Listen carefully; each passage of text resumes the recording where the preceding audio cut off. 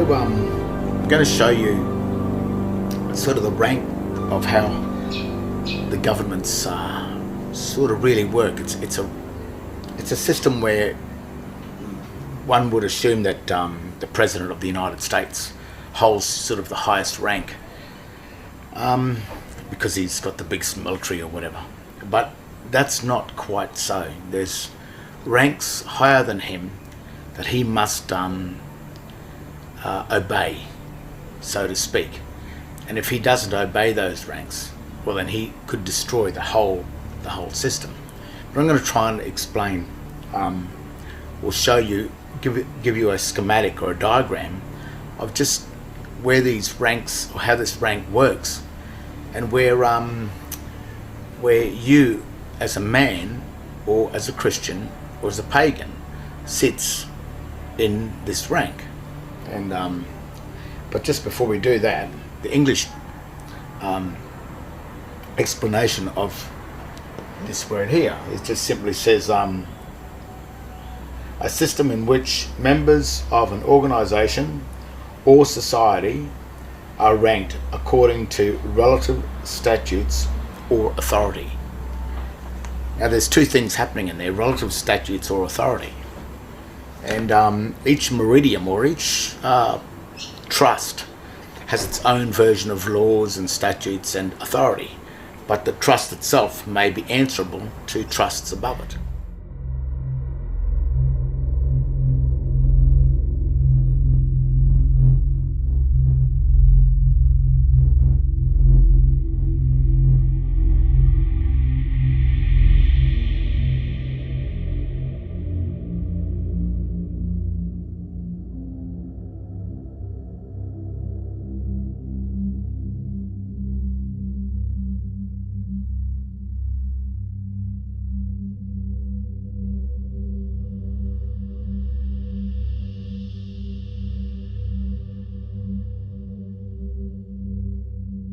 And that's the other thing, where some government workers and some police officers and what have you, even some lawyers, are not quite understanding this, the way this system really works. This is a quick rundown of just how the authority kind of works. And first of all, we have God. This God is the God of existence. This God is the one that created all the things that we can see, the world, and that God is the one that we don't really understand. We'll never really comprehend how this whole thing exists or is made, and we don't really have any ability to question that either, because even in trust law, as the hierarchy goes down, this type of system, the lower ranking officers are subordinate to the higher ranking officers. So we'll just see this. Now, even in the Bible it says never put God to the test, because of the type of system that we're dealing with. It's a trust law system. The next thing is man. God, man. Now, you know, in Adam and Eve and in Genesis, God created man and breathed the life into man after he made him from the earth. And this is basically stating that man has a birthright to the subject matter. He's a part of this world, because this God created the world and also created man in it. That is our true God. But I'm going to sort of show you how we've lost, we're losing this God, so you've got to be careful. The next thing that happened was in the Garden of Eden, God granted dominion, which is the highest of authority, to man. And what man did, what happened in this, by granting the absolute authority, the legal title to man, that granted the equitable title with God. So man was holding the legal title to God.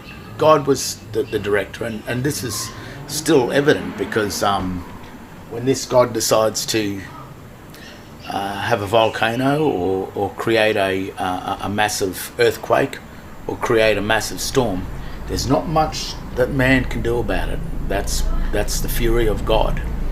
This God, no matter what you do, hate him or love him, whatever happens, you can't question that, and you can't do much about it either, because his fury is of the greatest. And sometimes those storms and that remind us of the respect that we have, or that we should be having, for this God up here.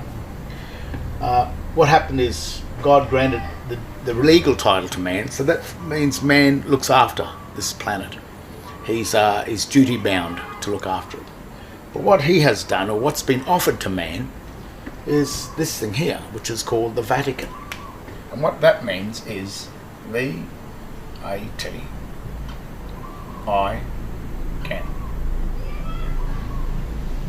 Vatican, which means that I can, which means holder I can. And that's the third rank down now. This is the beast of burden. And he's offered this up to man, and what he's said is, you give me the legal title, and I will give you the equitable title, and I will then serve all the debts, settle all the debts of the meridian of the Garden of Eden, which is the earth. So then he controls the, he looks at, he's the debtor, becomes the debtor of man. But man created this. God didn't create it, man did. So the God of the Vatican is man. That's Adam.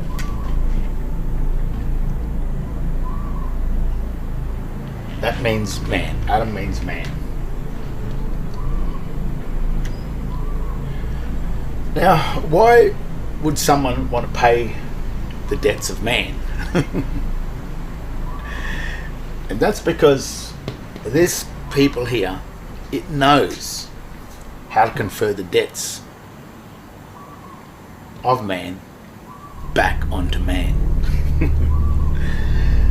Now the next hierarchy down is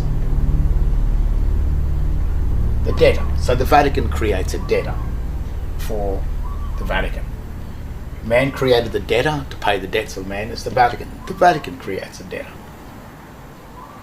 Babylon.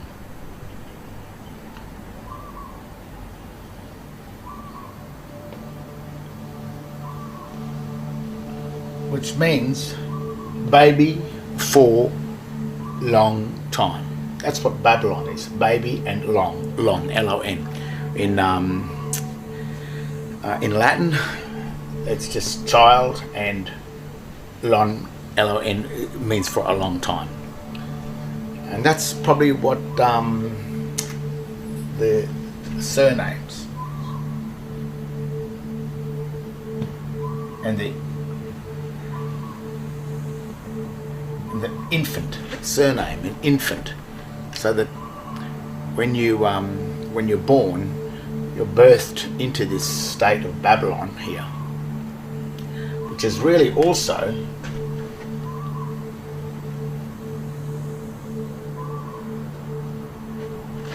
really or the Roman Empire, or it's the debtor of Rome.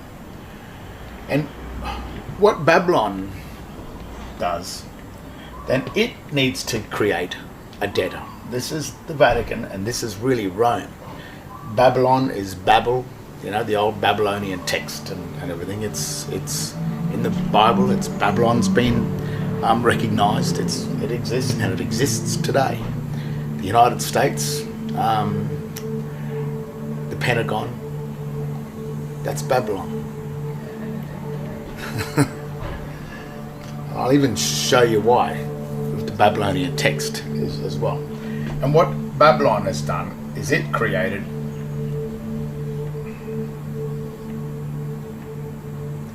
a creditor and a debtor.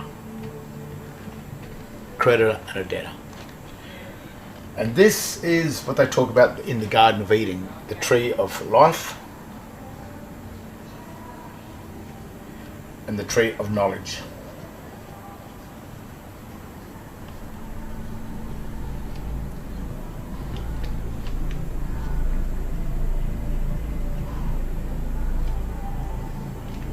Tree of life, tree of knowledge, creditor, debtor.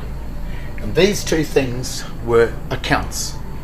So Babylon had to create a remedy inside this, and to get man to pay his own debts is to turn man into either the debtor of Babylon, so that Babylon could be the debtor of the Vatican, so then the Vatican could be the debtor of man, so that man is the debtor of God. But what this thing here is trying to do is get rid of man, because this is the serpent, the usurper. It usurps in, and if it can get rid of man, then all of the debts that are paid to Babylon and then to the Vatican, if man isn't there, then he gets to keep the loot, keep the gold, keep all of the debts of man. Vatican, the very symbol is also Vatican, holder I can, and holder is like a valley, which is the banks of a river. It is the first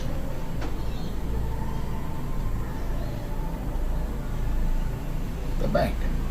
That is the bank. There. that is the director of the flow of current, the currency, in relation to a charge, when charges are forced against us.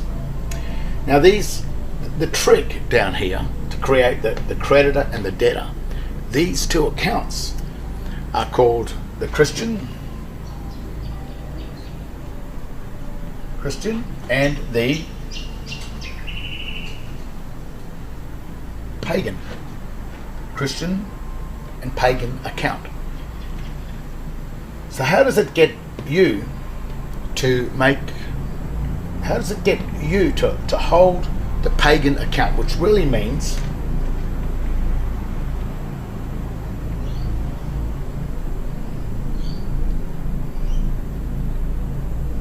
the pay again account. Pagan, pay again. So why this is paying again is because man's already paid. It's already, his debts are paid by the Vatican. But the Vatican are going to get man to pay the debts again for the second time. So now we have God, then man. Man created the Vatican, the first debtor. The Vatican created Babylon. And Babylon created two accounts, the Christian account and the pagan account. The creditor, the debtor. Life and knowledge. L and K. Kill. L-I-F-E. Life and kill. Now, there's two warnings. When God said to man, he said, whatever you do, you never eat from the tree of knowledge. Don't eat, otherwise you will surely die. That was the warning. Now, in the New Testament, Christ came along and he said that in my name only, my name, which is the name of an account, shall you be saved. My name only. So now we have these two accounts, which is the creditor, the debtor. The tree of life, the tree of knowledge, life, death. Death, life. We have, they're called accounts. So this account is the account of the creditor. This is the account of the debtor. Now, how do we get man to hold the accounts of the debtor? And this is probably one of the biggest tricks where the birth certificates and everything come into being. We'll name the account, and we'll just show you what's going on. This is the name. This is the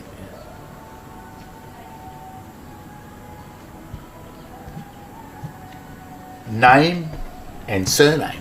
Have you noticed that's on your birth certificate? And then when you look at your birth certificate, let's talk about John Paul Smith. John Paul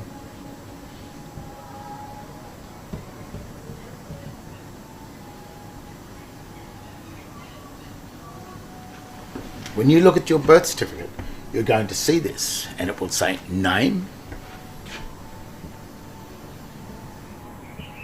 and surname.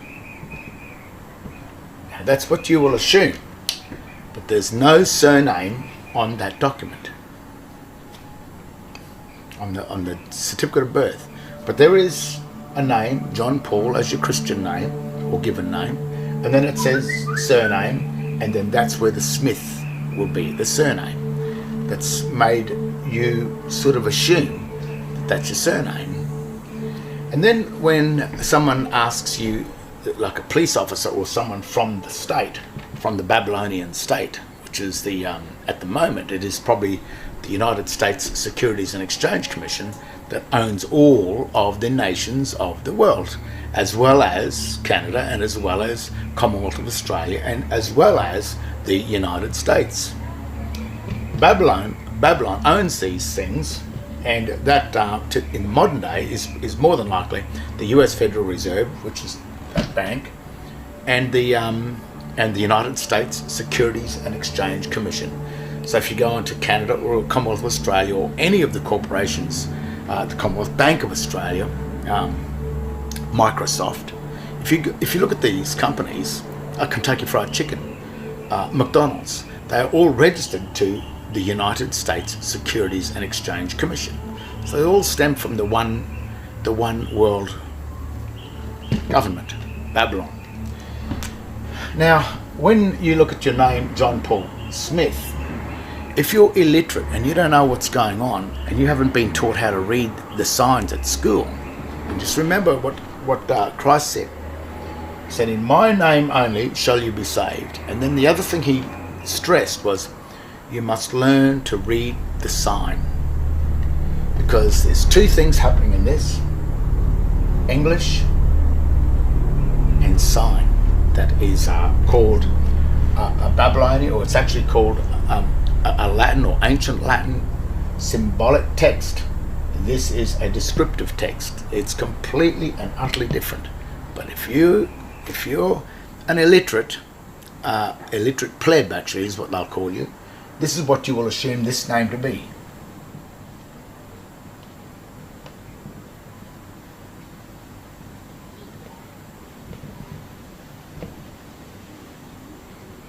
So when a police officer comes to you and says, "What's your name and your date of birth?" you'll say, "Oh, sir, my name is John Paul Smith." And yet the name written on the birth certificate says John Paul. So straight away, someone's made an error, someone's made a mistake. And if you're the one that's claiming John Paul Smith to be your full name, when John Paul is your full name on the birth certificate, then that police officer has been trained to, as soon as you give a full name, which includes your surname, which is incorporated with your real name, that's an incorporation, and a presumption, he will take authority over you straight away. And what it is, under a form of water law salvage rights, because you're not John Paul, you claim to be John Paul Smith, and John Paul Smith, in law and in fact and in reality, John Paul Smith does not exist. Only John Paul in fact exists.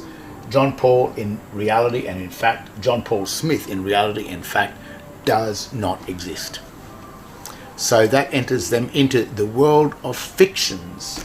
So rather than you being a man, you will become down here a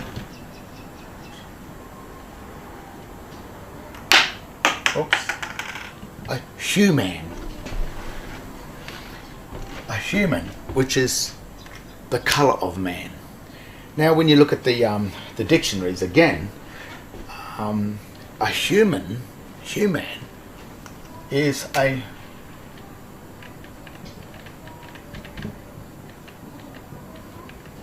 monster. And then when you go into monster, the word monster is a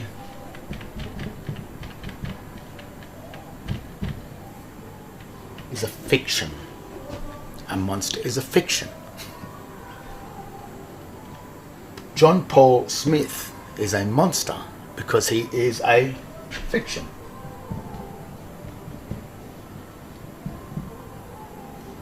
Also a human. And the other thing which is very strange about this is the minute you incorporate any two items together, any two things together that are incorporated in relation to the Vatican or the water law, it becomes a person.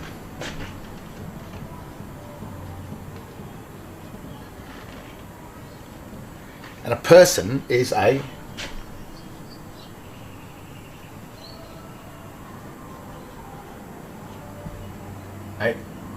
corporation, corp speaking, which means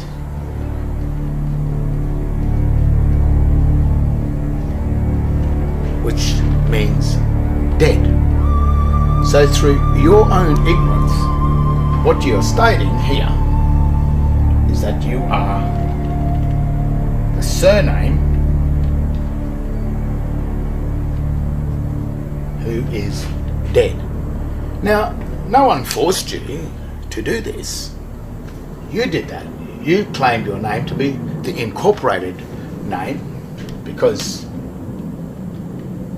John Paul and Smith don't exist. They exist as two separate entities, but they don't exist as one name. So you're the one that did that. You're the one through your own ignorance and your own inability to assume that you are right. Yet Christ comes along and said, no, you've got to learn how to read the sign. He didn't tell you what the sign, he just said, you learn how to read the sign. Well, if you know how to read the sign, you'll know straight away that, oh no, that's sign, that's not my name. That's no part of it. Sign is sin. Sign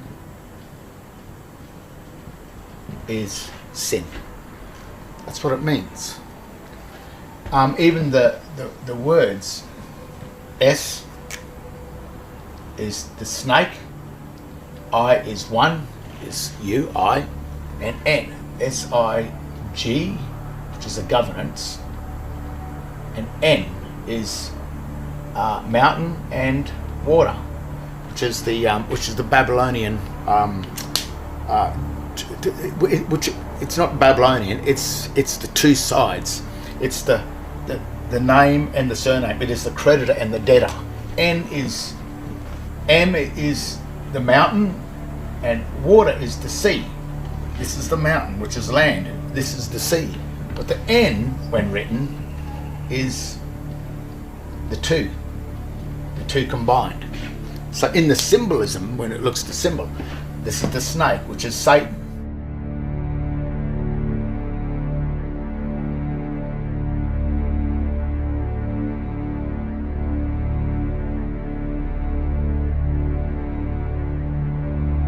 You've become dead through your own false presumption that you thought that your name, John Paul, with the all uppercase symbolic Smith, was one name. And the minute you incorporated and you assumed that, this is what you became: human, a fiction, a person, a corporation, dead, and of course a monster. And monsters have to be controlled under statute law. So you've been under the control of statute law, which is not free will, which is under what Satan wanted. You're under the control of Satan. And Satan did not give man the free right to make a choice. God gave man the free right to make a choice to enter into the debtor or the creditor. But how you make that choice is by learning what Christ said, by studying the Bible and working out how the Adam and Eve trusts about in relation to 126 of Genesis, where God granted dominion. God granted dominion to man over the land, the air, the sea, and the thing that creepeth. Now, if you put surname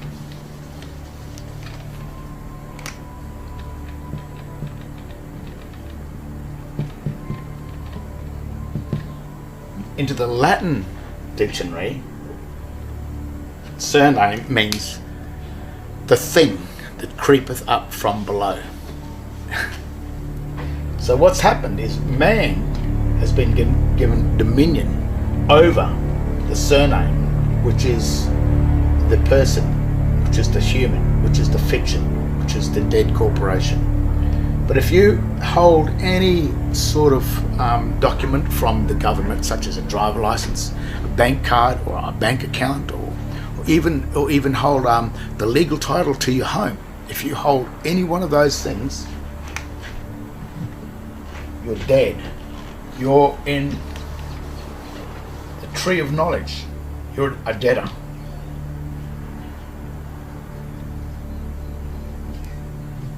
You hold the legal title to it, and you have lost your equity, because in trust law, he who holds legal title cannot touch the equity without license. And this goes right back to the Garden of Eden, because when Adam ate from the fruit of the tree of knowledge, which is the tree of the debtor, when he applied for the credit card, the minute he did that, he was thrown out of the first garden, and the only way he could get back into the Garden of Eden was under license.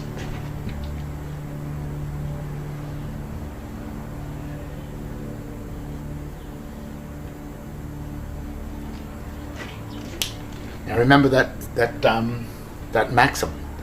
He who holds legal title cannot hold the equity without license. And the license to hold the equity is granted from Babylon, which is the Vatican, which is the bank. So when you sit down here, when you're dead,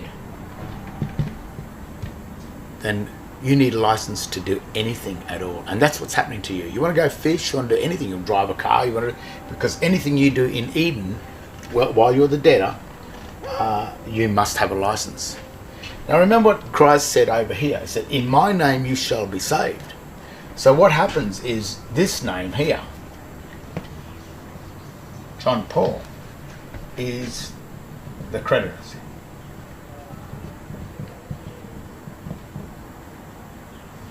The creditor. And because Christ said, in my name you shall be saved, means that you still are living. You are not dead. You are not a fiction. You are not human. You are not a person. You are not a corporation. You are a Christian. There it is there. You are not a pagan. You are simply a true Christian. The Christians that go into the church that you see on every Sunday, they are not Christians. They are pagans. They believe that they're Christian, and that's what this thing is doing. He's the usurper. He's the trickster. Satan is always the Lucifer, the illusionist, where he presents himself as God. Because persons, the only God of a person, which is the only God of a debtor, is Babylon, which is the Vatican. The Vatican created these things here. The Vatican created the incorporation, when two names or two things are joined together. That's it. But when you're Christ, you only have one name. You don't hold any legal title, anything. When you learn how to operate this account, this Christian account over here, you will start to realize that you can have anything you want. ask and you shall receive. And that's how it really does work. Now, the account name, just to finish off, this is where the real trick has been in here. The Christian account, or the credit account, is John Paul. And the debtor account is the surname. The surname is not just the Smith, because John Paul and the Smith belong to us. That's our name, and this is our heritage. So both names belong to us. So the state can't make a claim over the family name or the heritage or the Christian or the given name. It cannot make a claim. But what it makes a claim over is incorporation. So as soon as these two names are assumed as one, that is the property of the Vatican. That is the state of affairs of that governing system. This is the Christian account written in proper English, and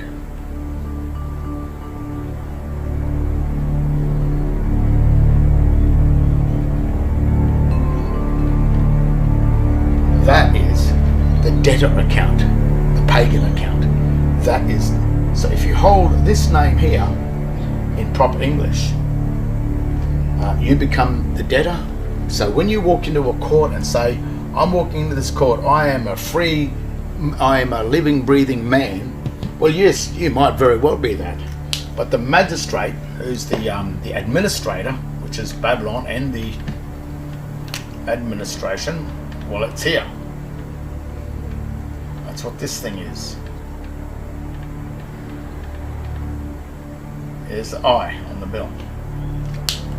The administrator, which is the magistrate, the man will walk in, I am the living, breathing man, Your Honour. And he will say, yeah, well, that's fine. Do you hold a driver license? Yes. What's your name? My name is John Paul Smith. Well, the magistrate is obligated to set up a salvage trust, salvation, for this, because this person down here, this man, has been lost at sea. He doesn't know who he is. He doesn't know his own name. And there's another maxim, is if you know not the name of the thing itself is surely lost. So if you walk into the court and say, I'm the man, but my name is John Paul Smith, and I hold a driver license, the poor old magistrate, he sits there, what can I do about this? Okay, so he sets up a trust, and then gives him a little bit of justice that's seen to be done to make him feel a bit better, but still whacks him anyway, and whacks him as a debtor. And then once he's got the debt, he can't get out of it. You've got to pay, because debtors pay the bills. And if you're one of these, the full-on debtor that's agreed to be John Paul Smith, because you read John Paul and the Smith in sign language and you assumed it together, that's not his problem. You assume that. You didn't do your homework. You didn't learn how to read the sign. You didn't learn your grammar. You learned nothing. You remained as a pleb, as a dumb idiot, as someone that's, you just remained dumb. So the magistrate, he's just got to administer you. The Vatican, he's got to administer all of you. So what he does is that he throws you on the Vatican ship at sea, in the Holy See, and you lose all your rights then to land law. You lose your standing as man and as Adam, and only because God said, whatever you do not eat from the tree, or do not eat the fruit, be a usufruct of the debtor account. Don't do that. Otherwise, you will surely die. There's you there.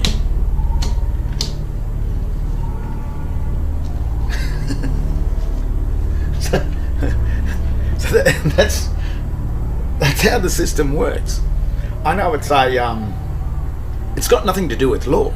It's all got to do with God and Christ, because they're the ones that taught you. They're the ones that, well, the Bible sits in the court for that reason. If anyone says that it's not spiritual, Of course it's spiritual, because when you walk into those law courts, or those courts, they're not courts, they're tribunals, they're chambers, and a chamber is a tomb. They're dead. That's why the magistrate's wearing that black robe. He's mourning the dead, and you're walking in there and you are dead. You probably go, oh, poor fellas, they're all dead. And very rarely does any one of these ones come into that court. Now, the other slight advice, it's not really advice, but it's when you know where you stand and you are over here and you do hold the driver licenses and you hold the bank loans and you are a good little debtor and you're paying all the bills of the state, and which is very admirable of you for being that. And I think sometimes the state will thank you if you're a hard worker. You will get a good life inside the state. But when it comes into a charge, when you've been charged with any form of a charge account and you are the debtor and you hold the driver license to prove that you're a debtor, because the name of the driver license is written in the all uppercase language, which is called the ledger language, or the dead ledgers that are on tombstones, or it's also called an engraved image, which is another thing that God said, do not worship the engraved images, which are the engraved images that sit on top of the tombstones, which is the ledgers, and that's the stuff that comes in the mail. But in a court, if you are a debtor and you know that you're a debtor, then no matter if you're guilty, no matter if you're not guilty, if you've been charged, then my absolute advice to you is to plead guilty. Still state the case, but make the guilty plea. Because in the United States Libor Code, the enemy of the United States, which is the enemy of Babylon, the enemy of the administrator, is the belligerent officer. And the belligerent officer is the one that pleads not guilty. Because if you walk into a court, you're walking into the court saying, well, yes, I am the debtor and I'm not going to pay your debt. That's what you're saying. The other thing, what it does in a legal sense, the magistrates love it when you plead not guilty, because the minute you plead not guilty, you violate the military codes, which is the law of the sea, the Holy See, and you put yourself into a state of conflict. And once you're in a state of conflict in military law, the administrator has right to administer the conflict. So you're handing over all of the power over you to the state, because you have become the enemy of the state.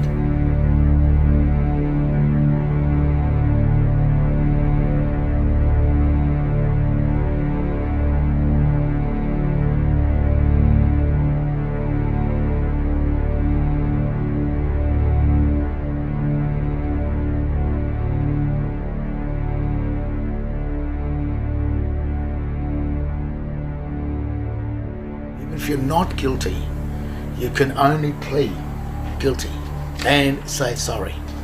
Because when you have operated, when you've walked into this and you've chosen to be the debtor of the state, you have no rights. And don't try and get them. Especially the idiot people that walk in and say, I am the living man. So you got a driver license? Oh yeah. Lost. Completely dumb, stupid. The other thing is, do you need to come back to living man? One of the biggest things is the difference between coming back to being a living man. You don't have to be a living man. You don't have to come back to walking into that trust, because this is outside the system. Once you simply hold the creditor account, Christ becomes your trustee. Christ is your trustee. And that's all evident on the second certificate of birth. Because on the second certificate of birth, it states in black and white that the full name, John Paul Smith, is in the custody of the Registrar General of the certificate of birth, which is the state. So it's stated on that and signed. They've even told you that they own this, and the minute you hold that, then you become the trustee of the Registrar General. But if you don't hold this name and you simply hold this name here, then you become the director of the Registrar General.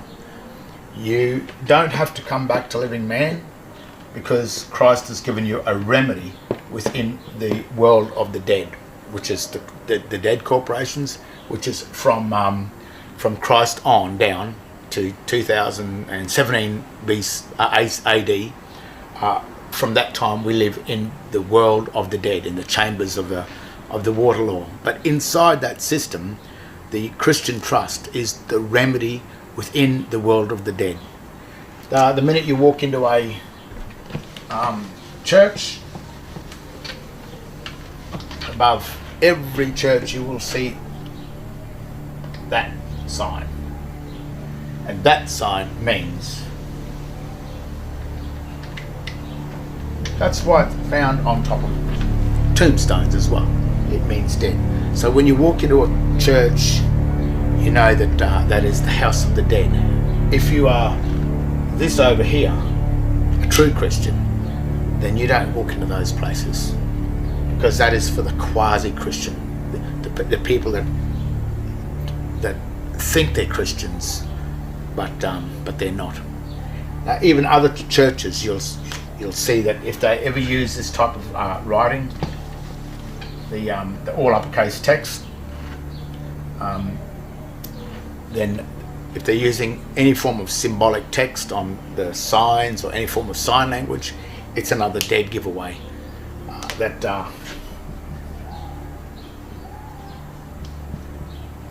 In this all uppercase text, they're telling you that that is sign, that is sin, that is the house of the dead, the cross.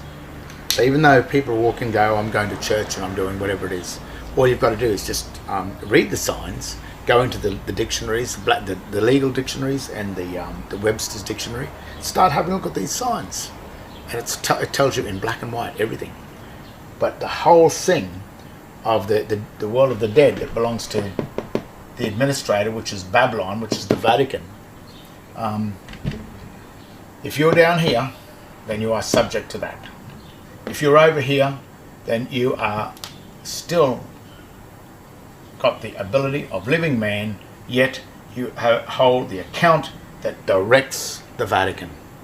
That's why the Vatican probably doesn't really like real Christians. It creates its own quasi-Christians in all of its church, because it knows it keeps them, or keeps the masses, under control.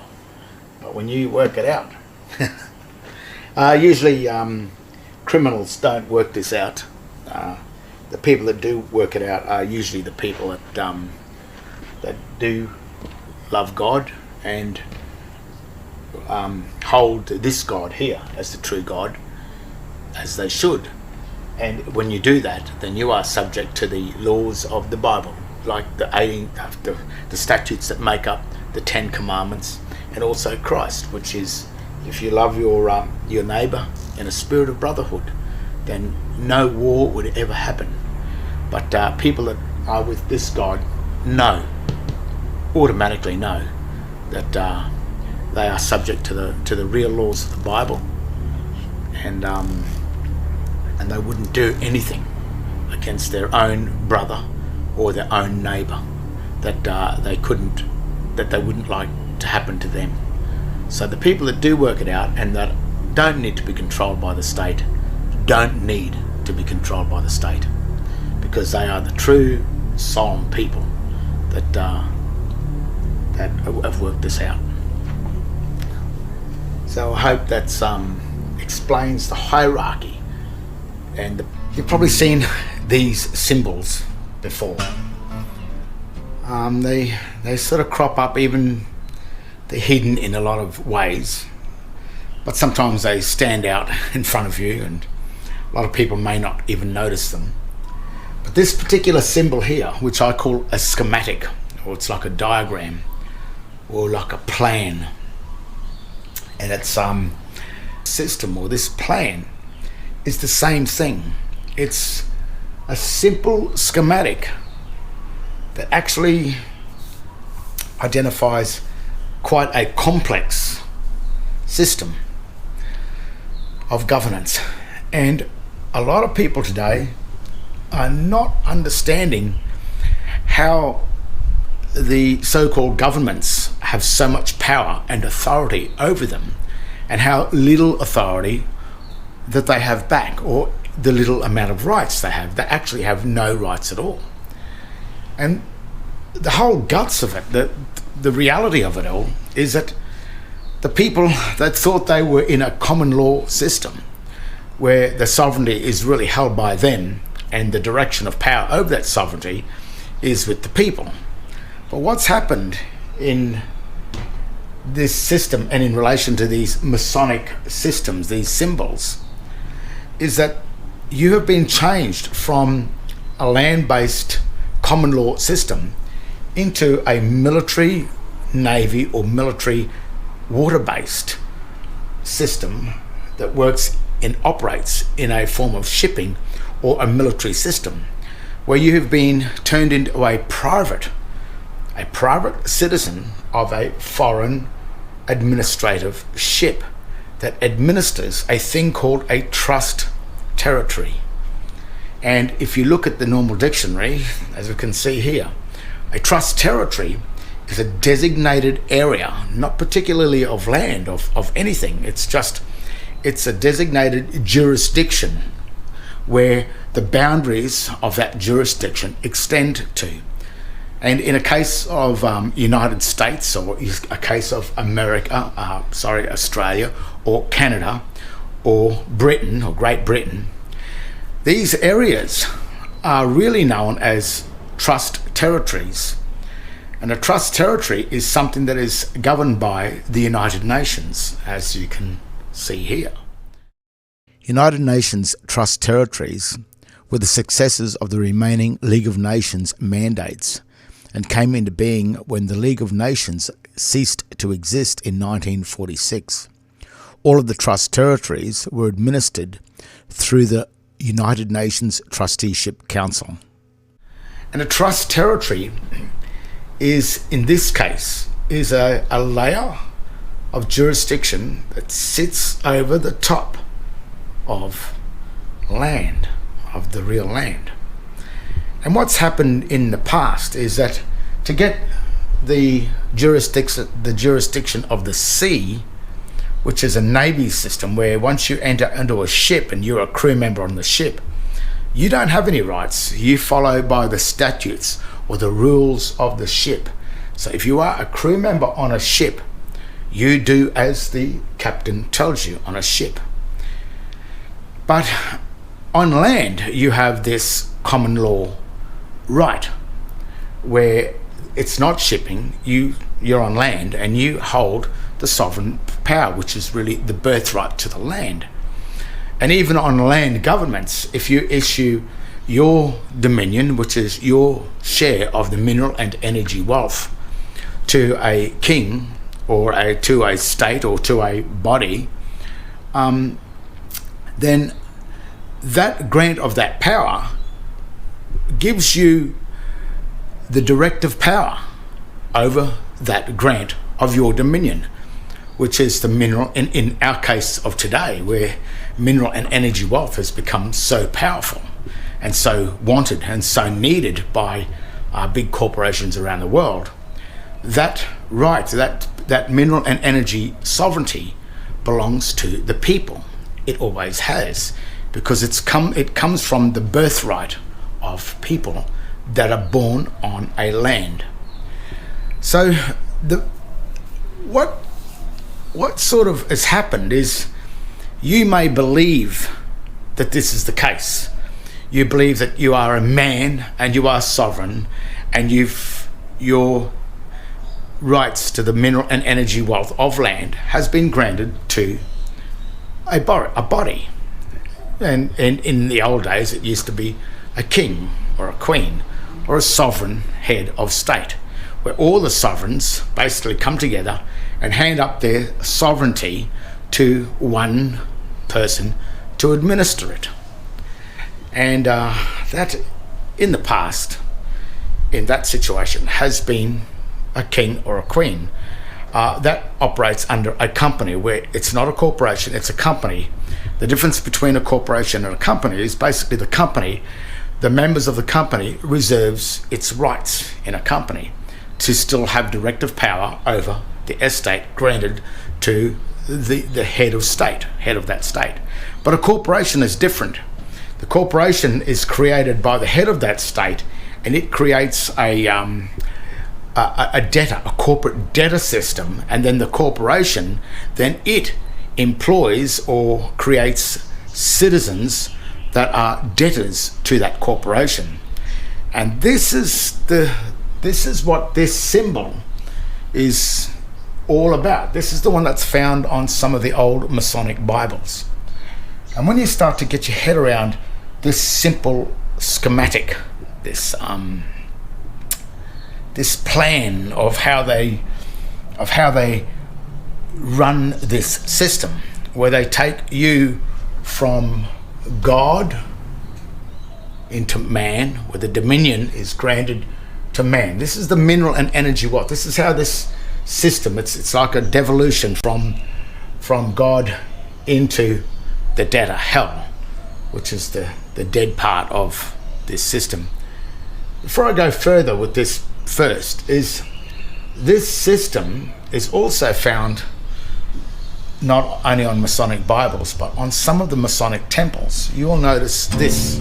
It's known as the Star of David. But it might also have things to do with Baal or Moloch, which is... Moloch is a satanic god. It's about the sacrifice of the children into the fiery belly of Moloch, into the fiery pits of hell. And the symbol of Moloch is the calf. It's the bull, which is really the Vatican, is Moloch. I'm going to show you where Moloch comes into being in this strange Masonic system. Basically, someone's got to control the sinners. And the sinner is the debtor. So if you can create a world where we can get the sinners and punish them into being the debtors of a governing system, then for somehow or other we can justify our rights to punish the sinner and not give him his due worth, so to speak. So this system, which is really got to do with Zionism, and as you can see here, this is the Z for Zionism. And where this comes from is it sort of stems from here. X is a symbol of death. And you'll see this is the spot that marks the point of death. So when a bank manager signs you up with the sign writing, the sign type of text here.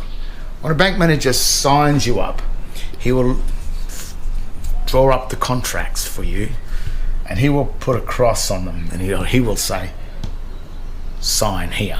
In actual fact, his cross is already the signature. He's signed it for you. But what he's trying to get you to do is countersign it, which means that you become the debtor of the bank, because he already signed it by putting his cross on it. So when he makes a mortgage payment and he puts his crosses on it, he's already signed it. But lucky you're not onto it, and you go and sign it again, which confirms that he is now the creditor, where he originally was the debtor of it. And this symbol here, the Christ, so it's also a bit like Christ. The reason why it's a symbol of death is because it's the mark or the spot or the place of your death where Christ dies on the cross. But in Christ's case, Christ sacrificed himself for us. While we're on this subject, dealing with Christ and the signature, I just want to give you this something to really think about the next time you go and sign a contract, whether it be with the government or a banking contract, because the governments are the banks. The US Federal Reserve is the bank of the world, basically of the US dollar, and it controls many of the dollars around the world, as well as the Australian dollar. It belongs to the US Federal Reserve. But Christ made a warning, or what I should say is the warning of Christ when he died on the cross is a warning that when you sign your name or give an autograph to a name that is on a banking contract, what's happening on that contract is the death of your Christian name. Because the name on the banking contract or the mortgage or on the electoral roll or any form of police document or government document, the name that's on that document, of their document, is the property of Moloch or Satan or the administrator. It is not your property. But because of the indoctrination that you've been through and your lack of ability to check and double check what is written in the Bible and also what's written in the dictionaries, as well as the English dictionary and the Black's Law dictionary, you have lost your name. And that's the name that was given to you on your birth certificate at the very beginning. This is the state birth certificate. This is the certificate that belongs to Moloch or the state. And it gives you a choice of family name and given name. This is also sometimes called Christian name. There are two names given here. On this original document called the certificate of birth or the certificate of live birth, only the Christian name exists.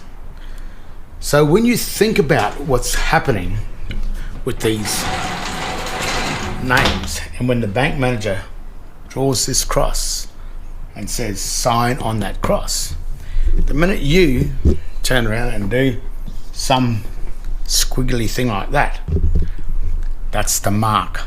And that mark will go to your name that is incorporated with your surname, which is the name that belongs to Moloch or Satan or the state or the debtor. Or it belongs over here into the tree of knowledge, because there's your Christian name there. That's what identifies the Christian side of this Trinity. This is the debtor side, the Moloch, the sinners, the surname. And when you autograph where that cross is, just think about it. Is that Christ telling you that by joining and incorporating yourself with the debtor over here, with the surname, is that the death of the Christ inside you? You see, everything in the Bible is a symbol. It's a symbol of your life, of everything that you're going to go through. It's a warning of what you must be careful of, what you've got to watch out for. It's a warning of the world of sign, of sin. And as I've said before, the word sign is S-I-G-N, and the G is simply the governing of sin. It's a Gnostic system. It's hidden. It's an occult. And these symbols, while we're on that subject of Christ, is when you sign the contract under a surname, then your true name of the creditor side has died on the very mark where that contract is. And then what the bank can do, the bankers or the debtors, the administrators can do, they can always pull that piece of paper out and say, no, you put your mark on it. That's your mark. You claim this name. You claim the name of the debtor. You claim the name of the sinner. And within this trinity, within this trusteeship, you claimed to act over here on the debtor side of that trust. And the reason why you are there is you just did not know the symbolism, the schematics, the satanic Gnostic system that is behind the system to get you to kill yourself on the cross. Christ dies on the cross. Your Christian name dies on the cross. This cross is also these two triangles like this, inverted. One's a mirror image to the other one. And what these triangles, these three, which is a very powerful thing. We all know that triangles in buildings, and even up in here, a lot of buildings use triangles for strength, because a two-way contract is a contract between two people.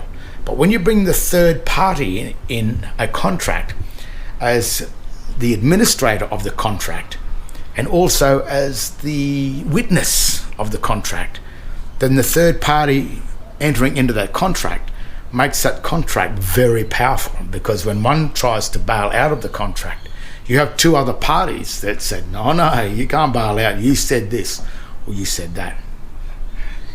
So this third party system, these are triangles, is a system of creditor, debtor and administrator.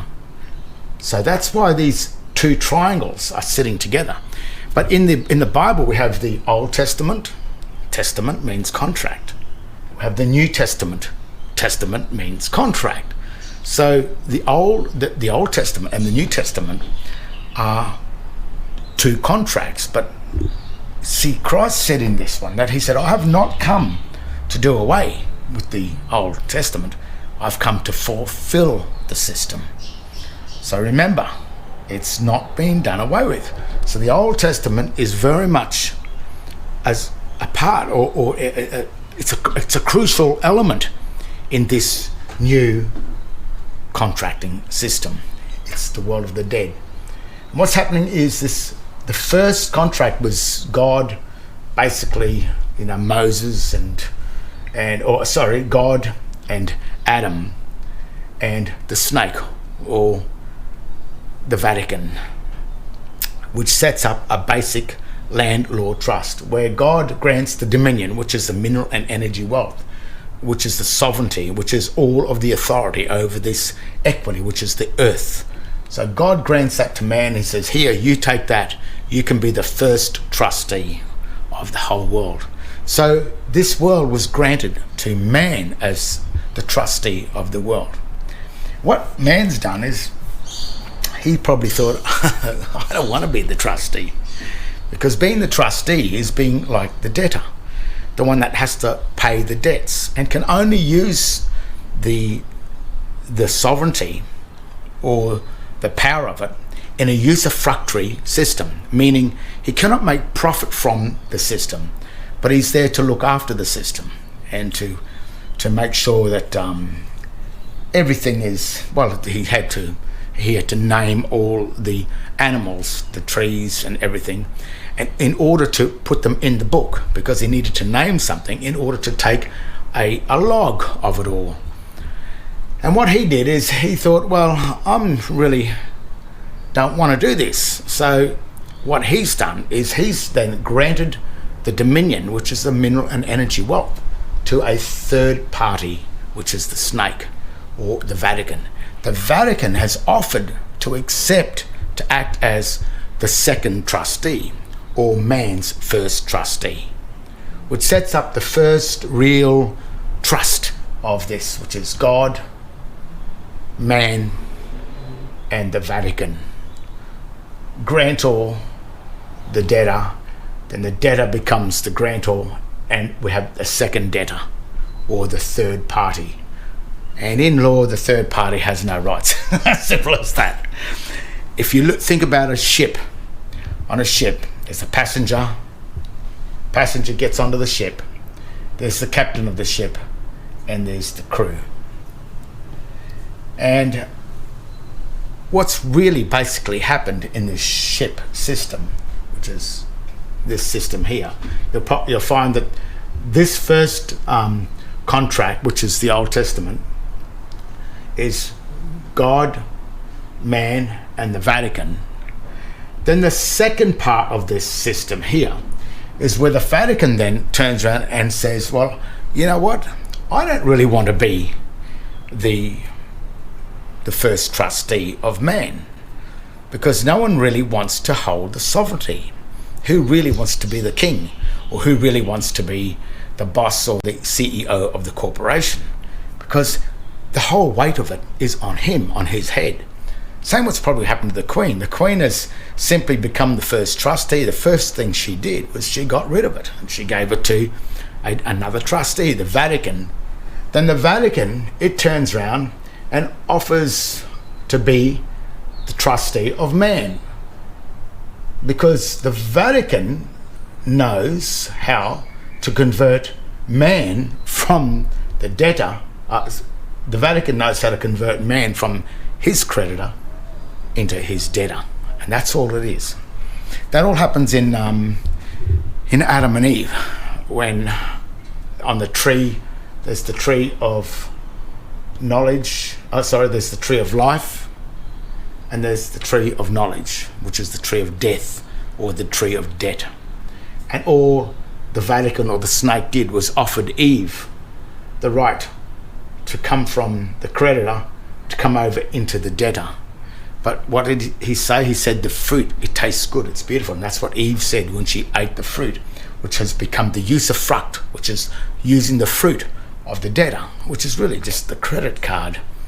And once Eve had a taste of the credit card, or the ability to borrow from the future, she thought, this is good, I like this is nice. But the only thing is that when you go there, at some point you have to pay it back. And that's the whole guts of what's going to happen with this system. Now, this goes from God to man. Man grants the dominion, mineral energy wealth, the sovereignty of the planet to the Vatican. He becomes the first trustee. This probably happened around 1213, or 2 years before the Magna Carta. I think it's the Treaty of Rome or something like that, where Rome has accepted to own everything on the planet. It has become the first trustee. And what happens then is that, being the trustee, he's the first debtor. The Vatican must pay all the debts. And man then, the minute he accepts to act as trustee for man, man then comes right around down to here as the creditor.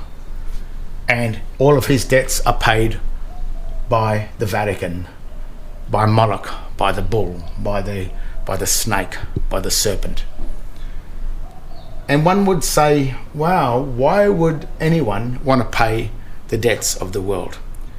And before we just go there, when this first happened, when man granted the dominion to the Vatican, when he handed the dominion on, God said, man has come like one of us, simply meaning that man has become a grantor of the dominion. Man has become the beneficiary of the sovereignty of the planet. Man did it because God had it. He granted it to man, but man got wised up with it. He thought, well, I'm going to grant this to someone else. So he grants it to the Vatican. Then the Vatican comes along, and he then grants this debt to a new debtor. But the trouble is, man is the creditor, But the debtors over here are us. Where is man too? Because at the moment, all of you are paying the debts of the state. You don't have any rights. You're stuck in this crazy world where it's as if you are a crew member on a ship. And when the magistrate, which is the Vatican, which is the captain of the ship, when he says jump and you don't jump, well, into the hold you go. Into the prison you go. And you stay there until you get a fine, and then you pay the debt. You can't come out until you pay the debt. Then everything you own, your houses, your cars, the whole lot, if you don't pay the rates on it, doesn't matter how much you own your house, if you don't pay the rates, which is rent to the owners of the land. And how come you own the land, yet you got to pay rates on land that you thought you owned? But that's because the trick of the Vatican is that he converts man that has come down as the creditor. He's so clever that he tricks man from being the creditor over into the land of the debtors. And that happened at birth. When we were born, the state placed us over into this area first. And it wasn't that the state did it. It was because our mothers had granted us, we were the dominion, had granted us and gave us to the state to look after. And that only had, that time period was until the age of majority. The biblical age of majority for a man is 21. And that is how this trust works. So what happens is man grants the dominion to the Vatican. Then the Vatican, which is the trusteeship, which is the debtor, the one that pays all the debts, he's granted it to another party, another third party, which doesn't actually exist.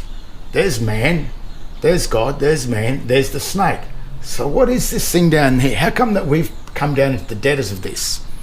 Well, those things are called persons.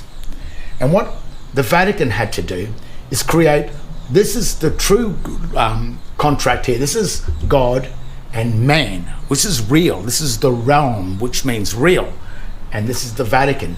What the Vatican had to do was create a new quasi one of these things down here, which is the mirror image of the Old Testament. And it is the world of the dead. It's the world of the fiction. It had to be created as a complete fictitious world that had nothing to do with reality whatsoever. But he had to make this world here look like a real world.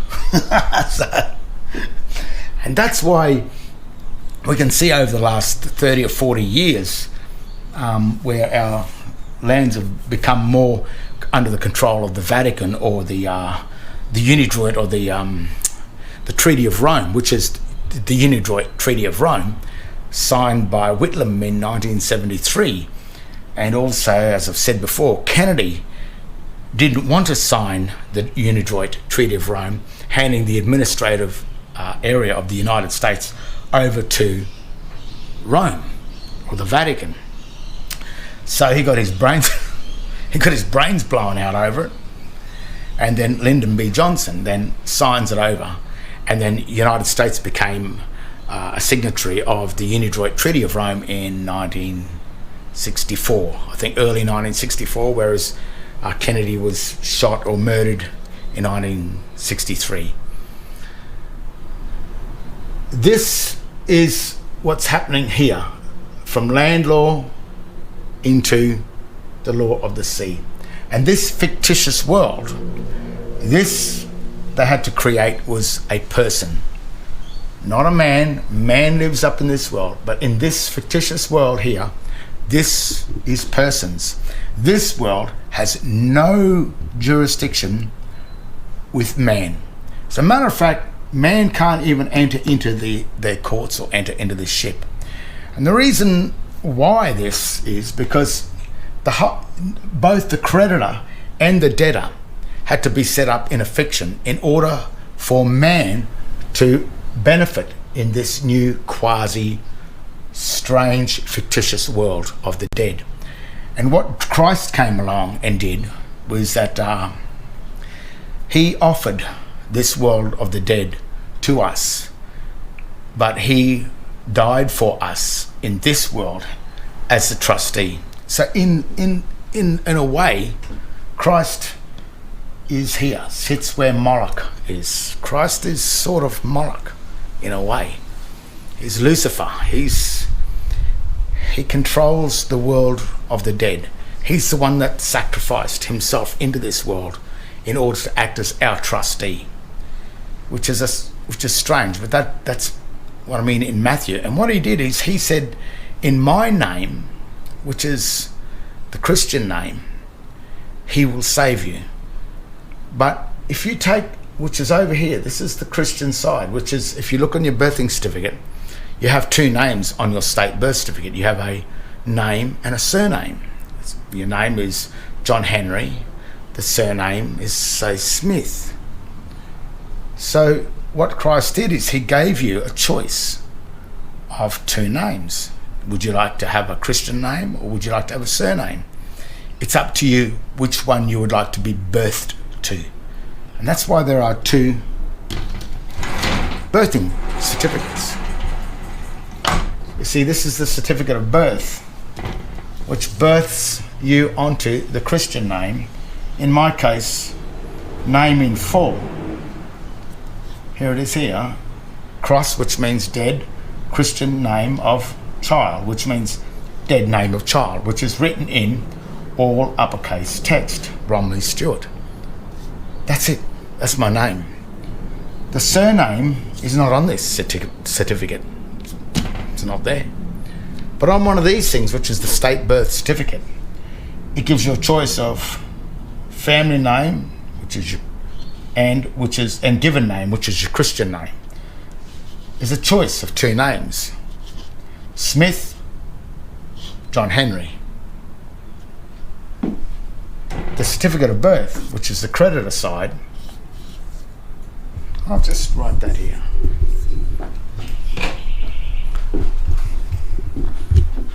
This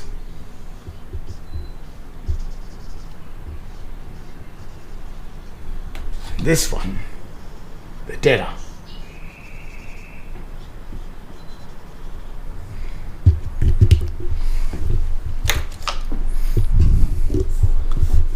So this is the certificate of birth that gives you the option to be birthed with the Christian name, which is an all uppercase dead account.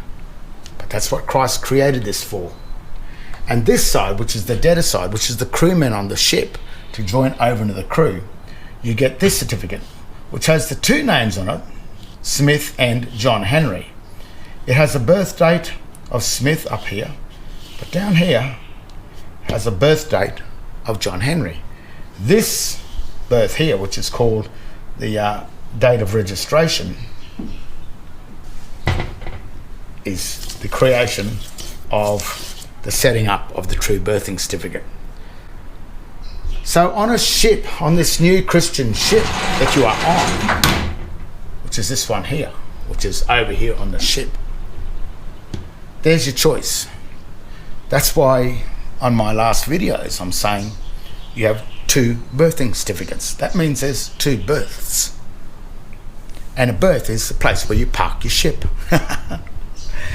The BERTH is that, but a BIRTH is the birth of a person. Remember what I said up here? God, man, and the snake. But there are no persons up in the Old Testament, which is the reality, the realm. But in the New Testament, which is a quasi, which is a total fiction that Christ had to create as a remedy for this, you have had to be changed from a man into a person. That's why you can't be a man in the system of Christ. Christ deals with persons, and a person is an incorporation. And the incorporation means that, are you incorporated with the birth of Christ, the Christian name over here? Are you incorporated with this birth of the Christ, which is the creditor of this ship, which is really the director of the ship, or which is the crew member, or which is the passenger of the ship, just enjoying the ride? for a holiday, really. So are you incorporated, like a person is an incorporation? Are you incorporated with the creditor side of this trusteeship, or are you incorporated with the debtor side of this? See, that's what a person is. A person is the birth of an incorporation. But are you birthed with or incorporated with the debtor, or are you incorporated with the creditor? And probably you start to wonder why the police officer says, what's your name and date of birth? What's your name and date of birth? Because they want to know, are you John Henry or are you Doe? But if you give, my name's John Henry Doe, because you don't know what's going on, well, then suddenly you will realise that, okay, the police officer's got John Henry in all uppercase there. He's got Doe in all uppercase. So he has two officers, the office of John Henry and the office of Doe. But you thought John Henry Doe was one, but it's not, it's two. It says here, family name Doe, or Smith, sorry, family name Smith, and given name John Henry. There's two. There's two names. It's not one, it's two. So when you think you are John Henry Smith, not Doe, John Henry Smith, then are you two names? See, they start, so then they go, oh, this guy's an illiterate, he doesn't know what's going on, he's a lost soul. And then that's when they need your date of birth. Are you John Henry, birthed on the registration date?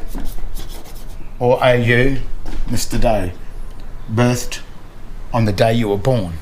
And of course, when they ask you for your name, you've been so indoctrinated, you will say, my name's John Henry Smith, and my date of birth is the date I was born. Well, the date of birth of your Christian name is not the date you were born. It's the date of registration. In my case, it was about a month after. These days, it gets a bit quicker, even down to even a few days. But when I was there, it had to go from Cairns to Brisbane. So it was about a month before they could get this document and fill out all of the real document. So the minute the police officer says to you, well, your name is, my name's John Henry Doe, or John Henry Smith, and my date of birth is the born date, and he can straight away identify you with this certificate and not with this one. So this certificate is holding you as the debtor. So he knows that they can throw all the charges of the ship or of this debtor system onto you, because you are not holding the name that Christ gave you, that he can save your ass with. And that's what he said. He said, I can save your ass with the Christian name. But if you have another name, he said, I can't find you. And you haven't really done your due diligence, I guess. And if you are surviving off the state of Moloch, that's the fiery god of hell, the bull, the Vatican, which is the calf that is the debtor, if you are surviving off him, then I guess you don't have the faith to stand with Christ. You don't have the faith to find this document.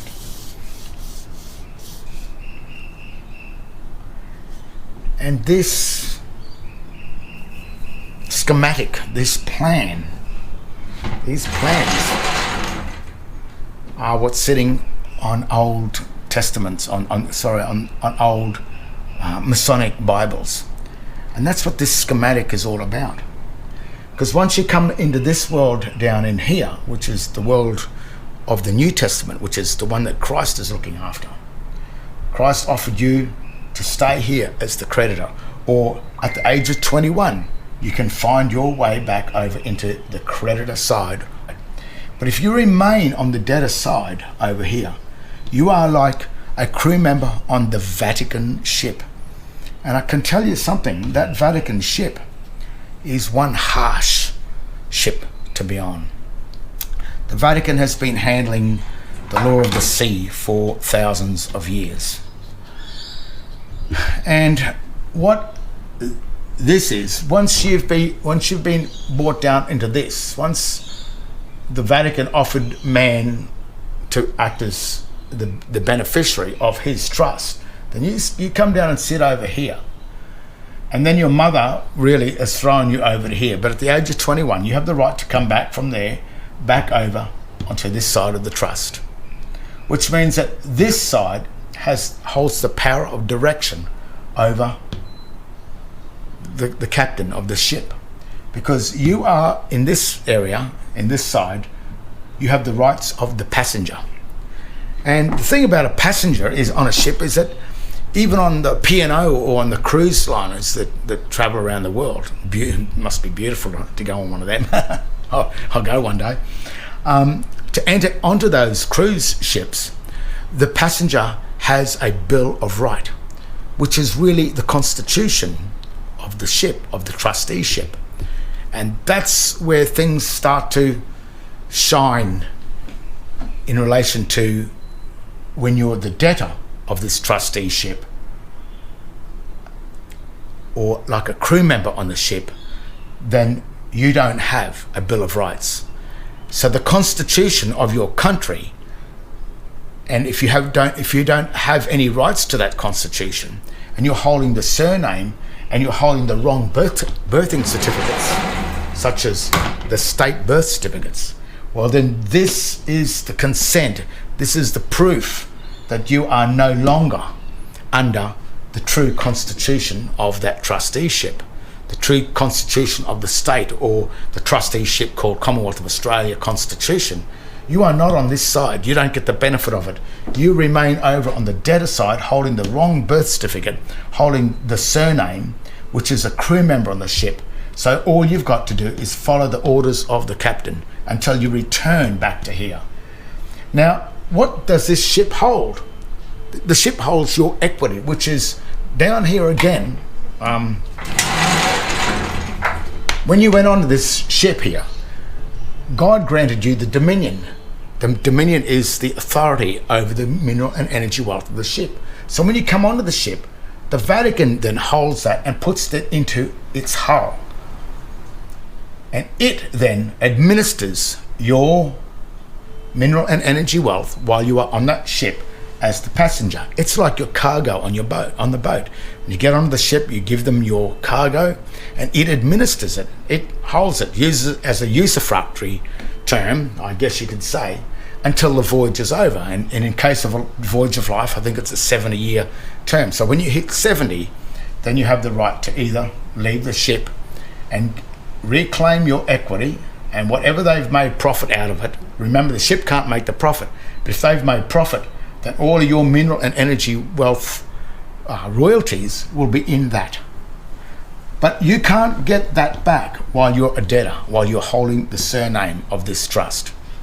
To get this equity back that you granted to them in the first place, or that your parents did, or your mother did, when she's granted you them at the age of 21, the minute you come back to here, then you have the right to go back down into here to the captain and ask for your equity at the end of the trust, or to even use it while you're on the ship. You have access to that, but only as the creditor and only as the director of this trusteeship.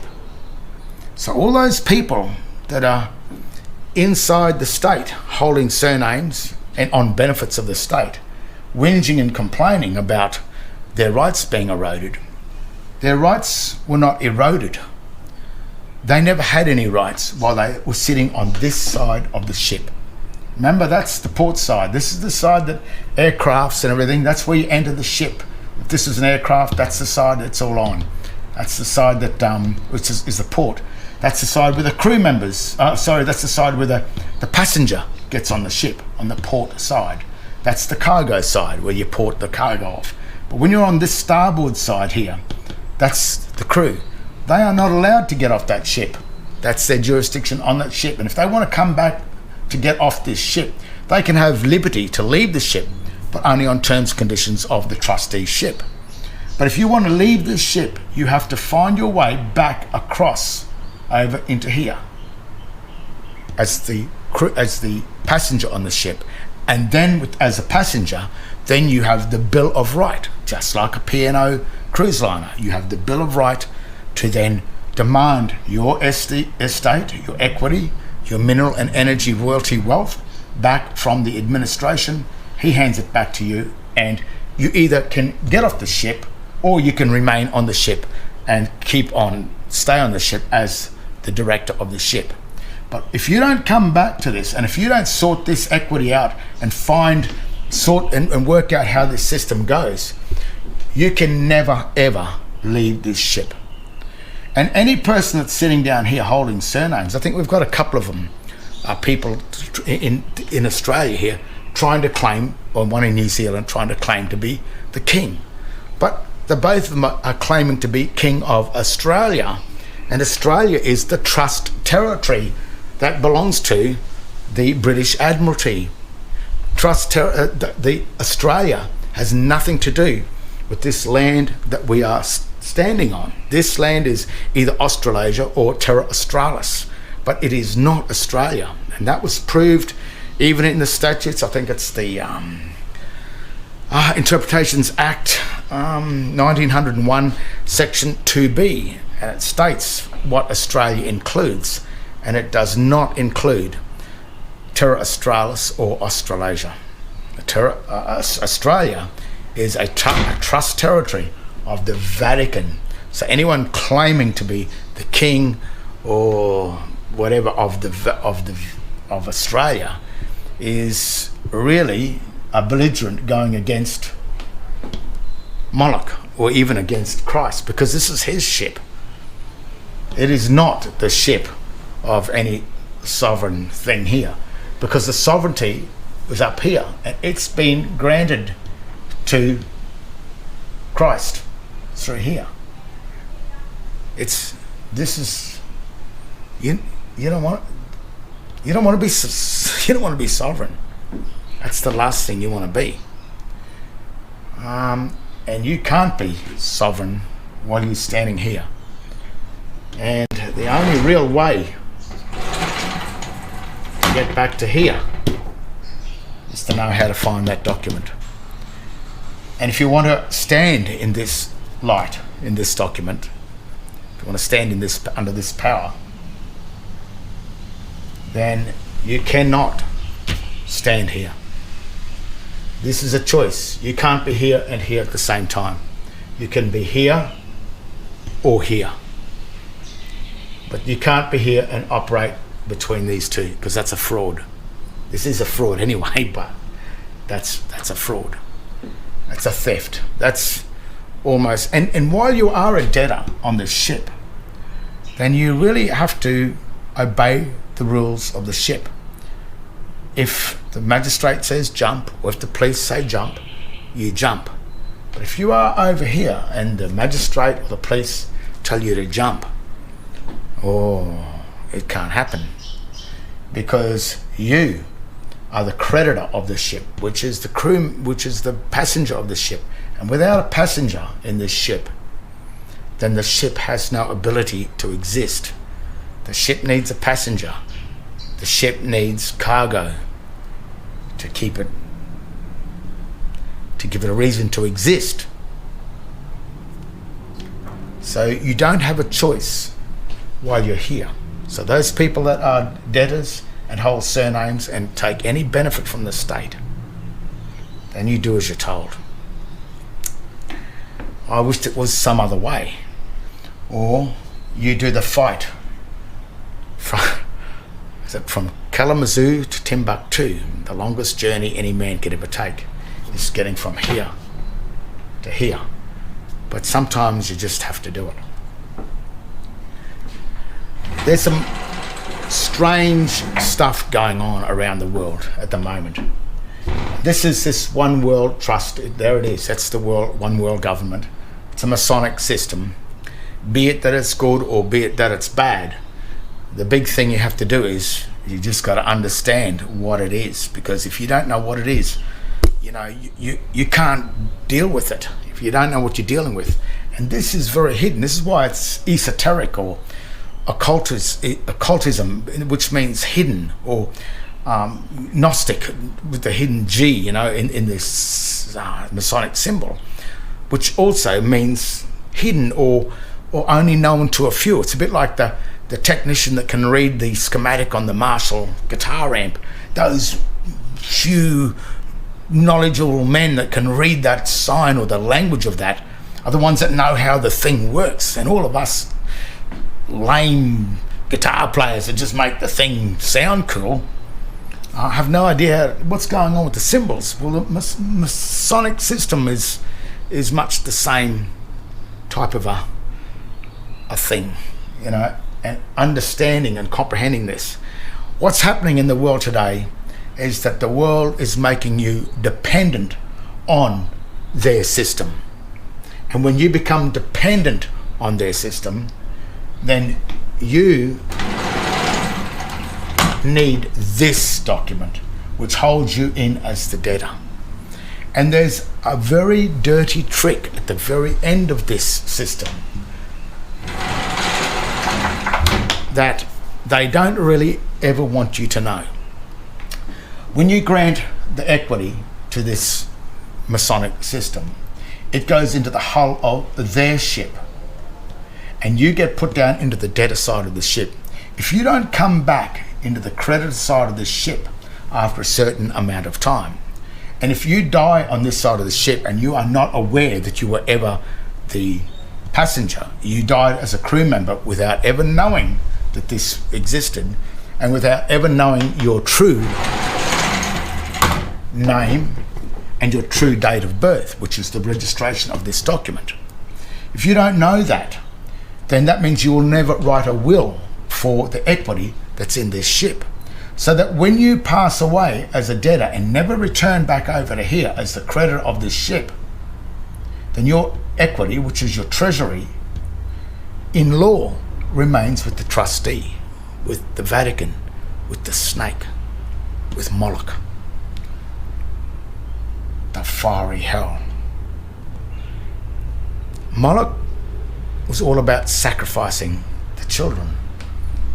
And the word birth and the word child here written as sign, birth, child,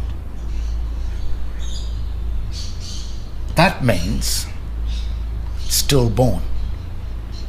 So what this document is a sacrificing of the child into the belly of Moloch, because this child has been born stillborn, which means dead. It says this child includes stillborn. So even though Moloch was the picture of the fiery bull, where they threw the children into the fire and rang the bells to hide the screaming of the child, this is what it says. This is what they used to do. This system is a symbolic system of sacrificing the child into the belly of the debtors of this system, this Moloch system. And only when you turn 21 can you have the right to get out of the fire of debt, into the peace of the cove, of the calm of the creditor. So that document is the sacrificing of the child, the dead child, into here.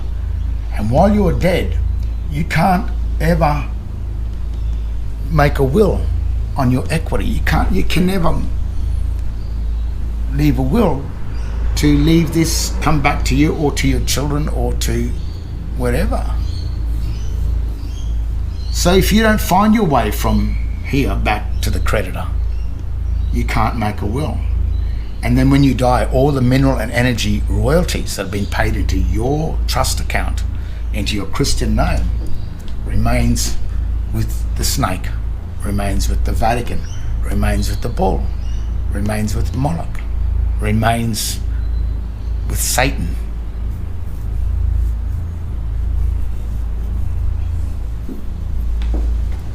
And that's why they want you dead. That's why there's so many wars that were created, from World War I, World War II, and World War III that started in 1953. The silent war that was slowly poisoning and killing us all, because they want us dead before we reach this certificate here. And as you know, the few people that have tried to get this and have gotten it, what did you go through to even get it? You were shunned, you were told crap, you had to fight to get this certificate, because this certificate here is the one that where you realize you are waking up, that you are not just a crew member on a Vatican satanic Masonic ship, but if you come over to this side, you are on the ship, but you are the director of the ship. And being on the director side, you are out of the danger, the death zone of this ship. And you have the right to either remain as a director, because this captain of this ship, he cannot do anything but obey your orders. And they don't want to sink this ship, they've got to keep it going. So you have the power over this satanic thing. Or you can get off. And you can take your equity and off you go. So you have that power over that ship, but you don't have that power over here in this credit, in the debtor side. You don't have that power while you hold that. And you don't have that power when that police officer asks you for your name and date of birth. You'll say John Henry Smith and then give your born date. Oh man, you're gone. That copper knows he's got you. But if that police officer can't get this information and you start giving this, the police officer, if he's dumb, he'll carry on, but if he's not got any brains at all, he'll get back in that commercial vehicle that he's in, because he's not even the government. And you shouldn't see hightail it and get the hell out of there, because this is the power.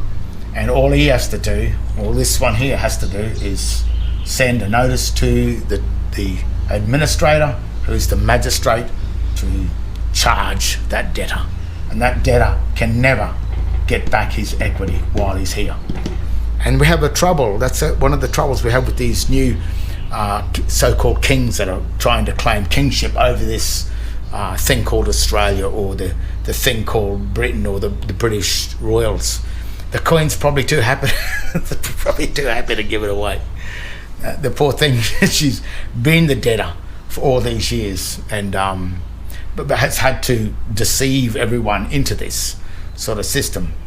But then we got these other people that are from here that don't know anything about the reality of this. But like I say, the last thing you'd ever want to be is king or queen of anything to do with this system, because this system is a trust territory. It floats over the top of this country, of this land. It's probably known as Terra Australis. Remember that was known since 350 AD. This country's been known about. Even Magellan, I think he bumped into it sailing along in his tinny. Whoa, what's this? And then of course the Doifken, which is the Dutch in 16-something, early 1600s, 1500, 1600. And then old Lieutenant Cook, which is, again,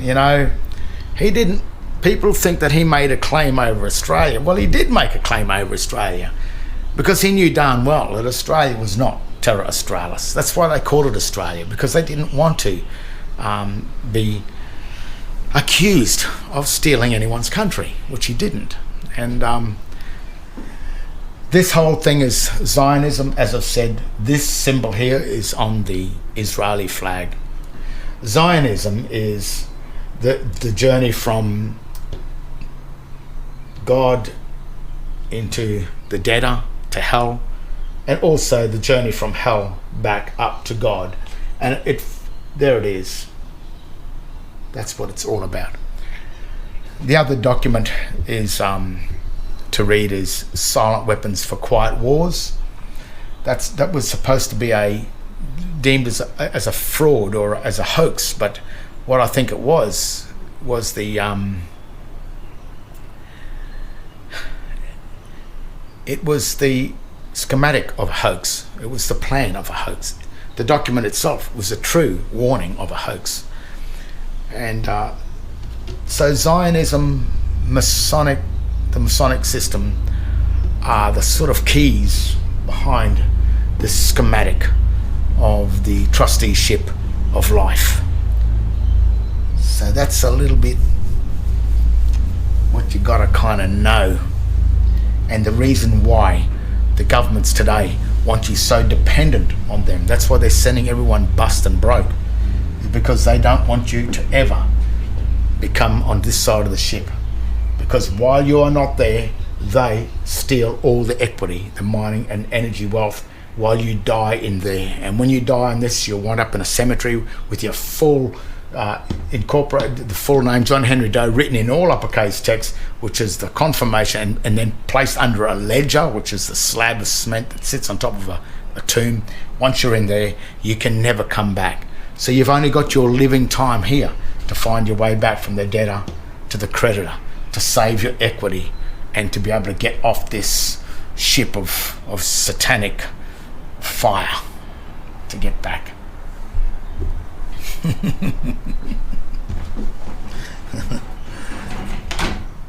Death, symbol of death. These two triangles come together to form this. This symbol is Zionism, which is the debtor and the creditor. The Old Testament, the New Testament.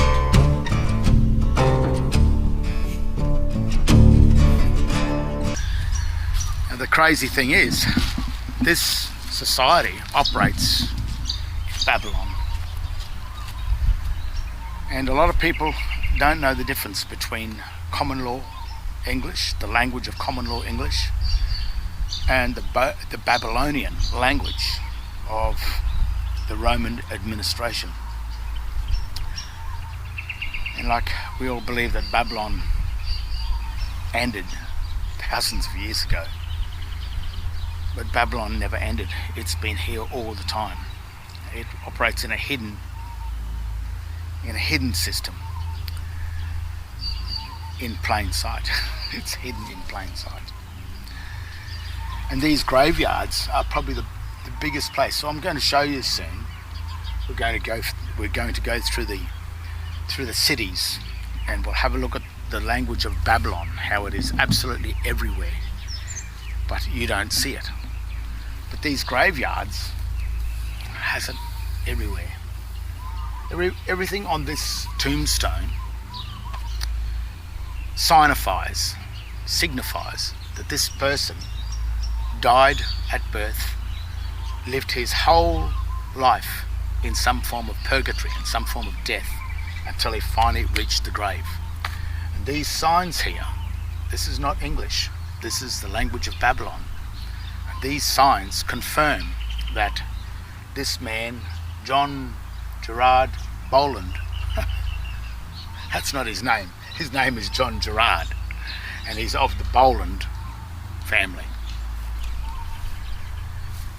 But this is to confirm that John Gerard of the Boland family lived his whole life in a form of purgatory, in a form of death, until his body finally expired. And then they let him rest in peace. And this language here on the tombstone is the language that he assumed he could read. It's the language that you, probably most of you, assume you can read. And it's the language that is through all the cities of the Western world. And what it is, it's Babylon speaking to the Babylonians. It's Babylon speaking to the dead. And when you can read this dead letter text, then you can be assumed by Babylon that you are dead. You are one of them. You died with them.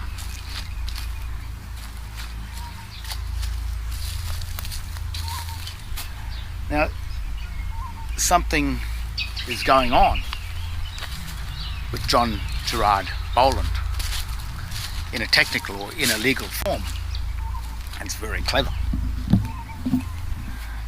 There are two trusts here. Well, there's three actually, but John and Gerard were birthed. These two offices, this is not a name, and no name can be written in all uppercase text as a sign. And even in sign, we have the J and the G and the B, which are of a larger font size to the rest of the words, which breaks the jurisdiction of that will read OHN, that will read Erard, and that will read Oland in a grammatical sense, using the grammatical rules of English and the grammatical rules of sign and the grammatical rules of Latin. So this tombstone has been created as an absolute total fiction. So this person almost never existed. But on the birth certificates, two things have been created. John Gerard, that was birthed on the date of registration, and Boland was birthed on the date that John was born. On the date that John Gerard was born, he took the Boland name and they put that, well, that was the account in all uppercase. They tied that to his foot or his toe, his ankle.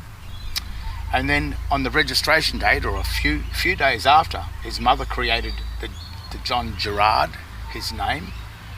And then probably a month or two after that, in this case, this John Gerard was then registered.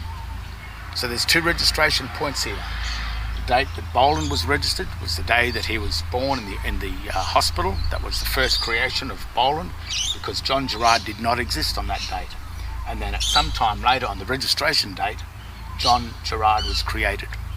And what they did was they created two trusts, John Gerard and Boland. And the minute John Gerard of the Boland family assumed his name was John Gerard Boland, that became the incorporation of two entities, John Gerard on the registration date and Boland on the born date. And then the minute John Gerard Boland, or John Gerard assumed he was John Gerard Boland, he then took the born date as his birth date and celebrated his birthday, this birth of the Boland Trust, on the date he was born. What he should have done is celebrated this date of John Gerard, whose true real name broke away from the Boland, but he should have celebrated his John Gerard name on that birthday, which was the date of birth of John Gerard, was the date of registration, which is probably a month or two after he was born.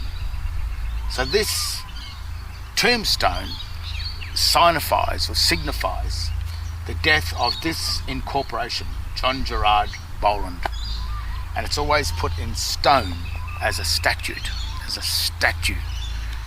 because the stone is an image, the imagery, the engraved or the graven images.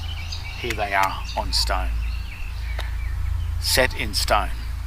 And I guess you could say that this man never found his way back to the Garden of Eden. He never found his way back to his real name, his only name.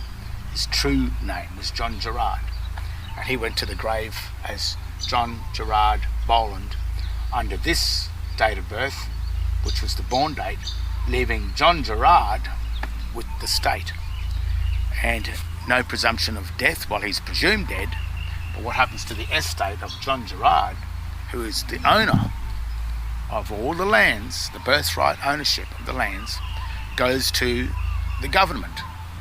And if the government is not the real government of Australia, but a foreign administrator registered to the United States Securities and Exchange Commission, Washington, D.C., then that would mean that the mineral and energy wealth of John Gerard, the true granted dominion that was granted in 1:26 of Genesis of the Bible, that estate that belonged to John Gerard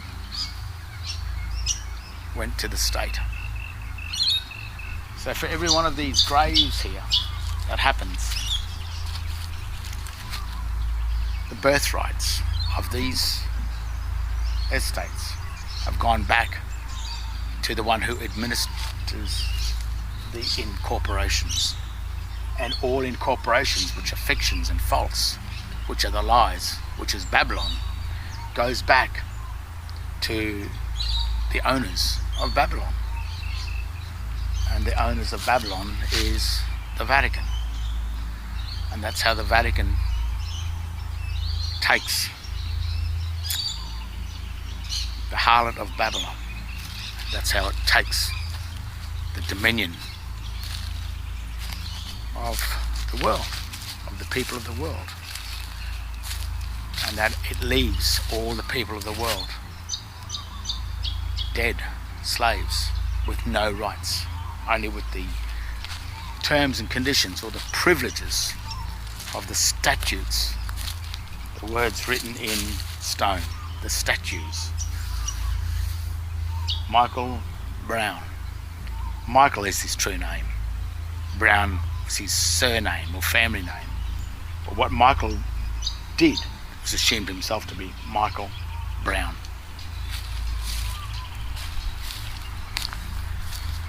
We'll go and have a little look at all the signs through the cities of Babylon to show you that not one of these signs are written in English or make any form of sense. And even most signs, because they're put on a square or have a border around them, a sealed border, then contains the signs, the language of Babylon, contains it within the sign, so it doesn't escape onto the public that belongs to you and I, the real, that belongs to John Gerard. And the reason why these signs have got to have these, or on squares or on a sign or on a plate or on a plane, separate to the land, is to save their ass, or to save them from possible. It's to save them from being sued from the real people. It's to keep them separated. Babylon must be separate. It floats over the top of the layers of the earth. It's the law of water, and that's why they call United States and all of its jurisdiction flooded lands, because Babylon operates on water. So what it is these are really all ships in dry dock, because these water corporations that operate on water are sitting on land, so they must float above it. And it floats above that in a form of a fiction, where they make everything so it doesn't exist. Nothing exists. The only thing that actually exists on this stone here, the only thing that makes any sense is this, where R dot full stop I full stop P, which really means rest in peace. But in the grammatical standing of this, if it had to follow the rules of Latin, to make John and Gerard and Boland come together as one, you would have to hyphenate it. So this is actually speaking John and Gerard and Boland as three separate offices, three separate trusts. But we, the ignorant, the ignorant masses, the illiterate, will read that as John Gerard Boland, which is the great mistake. And we have then fallen into the world of Babylon. So let's go and have a look and just see all the signs of Babylon. So I'll go and see all the signs of Babylon.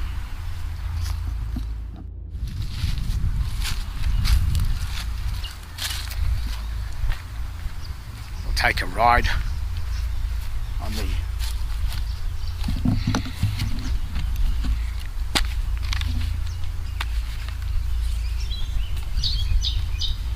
trusty machine,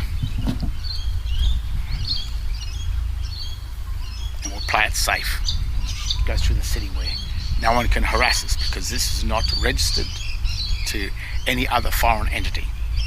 It was bought with their money, but it was bought, I guess, outside the system. There's no record of it.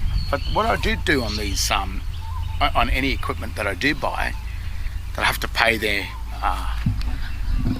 military script for, is I take the serial number of everything and I file it with the court and with the Registrar General, so that the Registrar General is aware that the items, I guess, that I hold are with him, or that I've recognised by the Registrar General. And that if anything happens, that there is evidence that it's been identified, so to speak. So let's go have a look.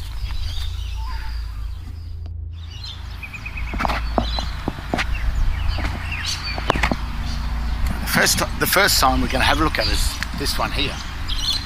We have what it's assumed to be Cairns City Council. But that really reads, if you can read this sign language, it reads Cairns and City and Council. Because when you're using debased Latin, which has really been created or perfected by Walt Disney and the Sarah Whitty documents, which was a document that related to illustrative text and creating fictions. And the reason why Walt Disney had to create a fiction in cartoons was to create a system of absolute fraud, or not fraud, but absolute fiction, so that anything or everything that was happening on cartoons had no jurisdiction with any form of fact. So a cartoon, and you see this on newspapers, a lot of it, they are boxed, which is a boxing rule in here. It's a boxing rule.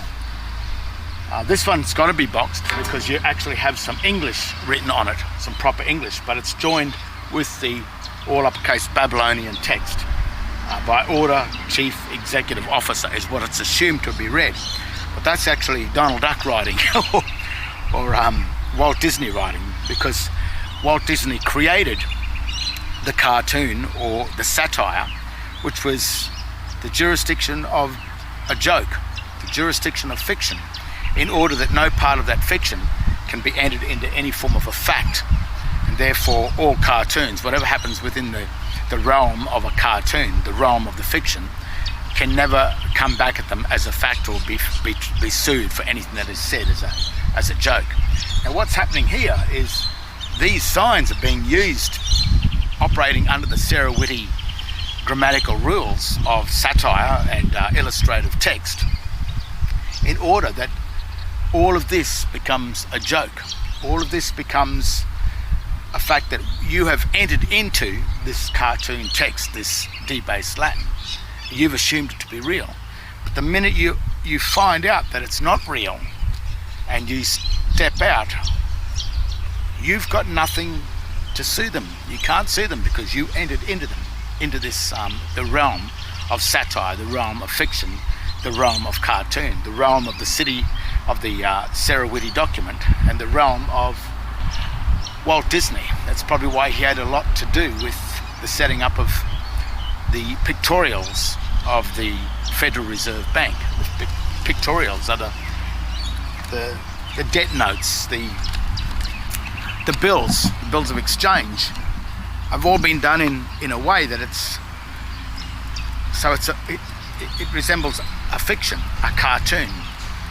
And even though they look official, these signs look official, they operate under the Walt Disney cartoon text system. Now this one is very interesting too. Not only it is sealed, it's a sign, but we have the Cairns City Council written up the top here, which is Cairns and City and Council. We have Cairns and Cemetery, but because it's been all italic, the word italic means with text is removed or from another document or removed from the page. It's also underlined, also means italic. So this sign is actually saying absolutely nothing. And all the part that is written in proper English that can be read is italic, which means off the page. And then to top it off, down here it's got by and order and chief and executive and officer, which reads absolutely nothing. But the thing's been made a fiction because of the language of Babylon, the Babylonian text that's been used to create that fictitious sign. So that's just the first sign. And now we'll go and have a look at some of the road signs and have a look at all those, just to show you what's been happening with this Babylonian text. The Babylonian. Babylon speaking to the Babylonians. And are you the Babylonians? Well, let's go and find out. I'm not saying that we should disobey the road signs. Babylon is like any other society. It operates under a safe system as well. It's got to keep the people in it safe, especially Babylon, because it's administering the people. So it does have to make itself look like it's doing the right thing and being safe. So we're not criticizing the rules of Babylon at this point, but what we are saying that all of the rules of Babylon are written in such a way that they only speak to the Babylonians and they do not speak to the common man, the common law English. Any common law English is void from these signs.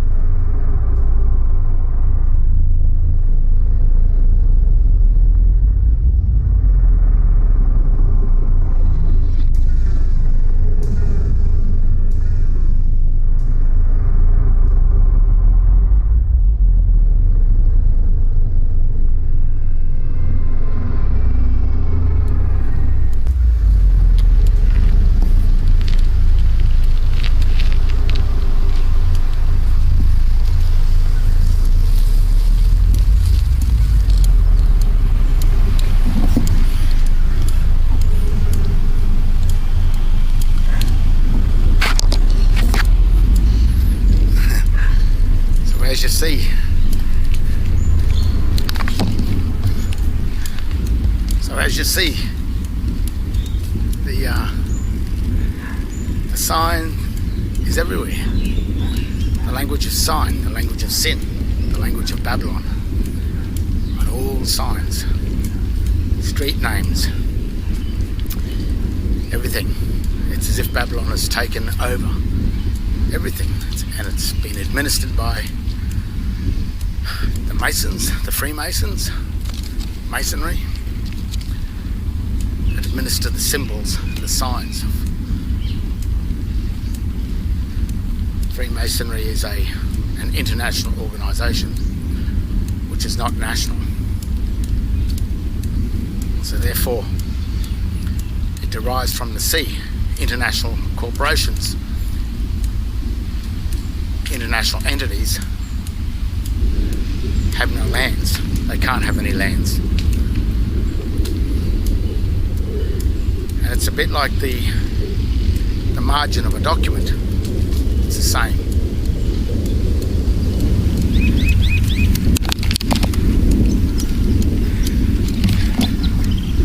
The margins of a document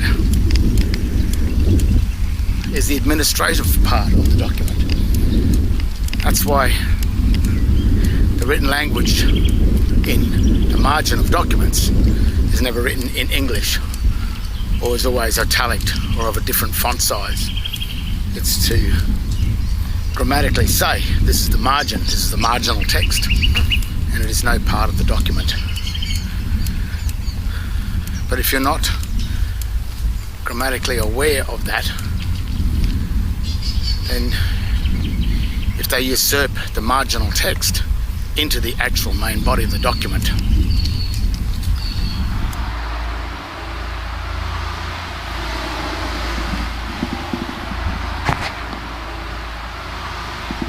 now, if they usurp the marginal text into the main part of the document, into the main body of the document, and you can't tell the difference between the marginal text and the text within the document,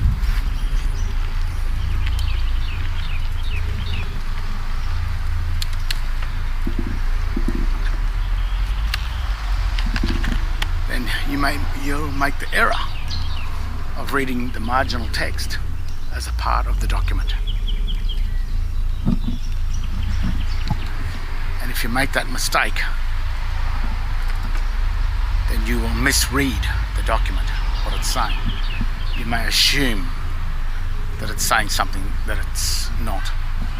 And the maximum of presumption is that a presumption, is a fact negates a presumption. Which means if you don't know the fact and you're operating under the presumption, well, that will exist as the law until the fact appears.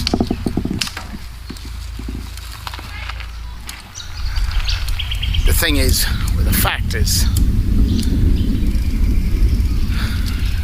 that if it's your own stupidity and your own ignorance that you assume something, then you have no one else to blame. It's a bit like the cartoon Walt Disney created. If you assume the cartoon to be real, then more fool you.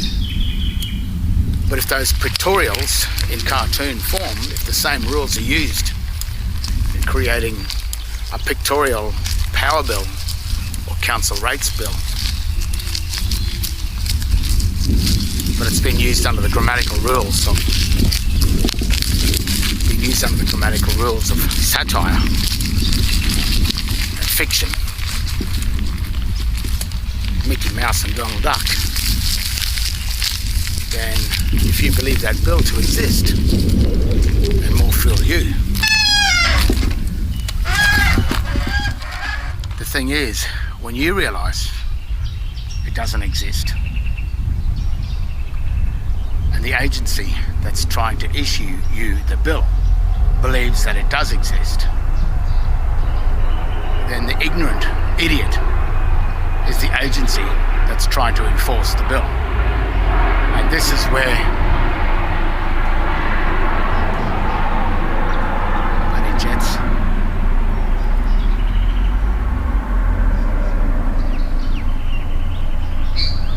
And this is where I become so frightened.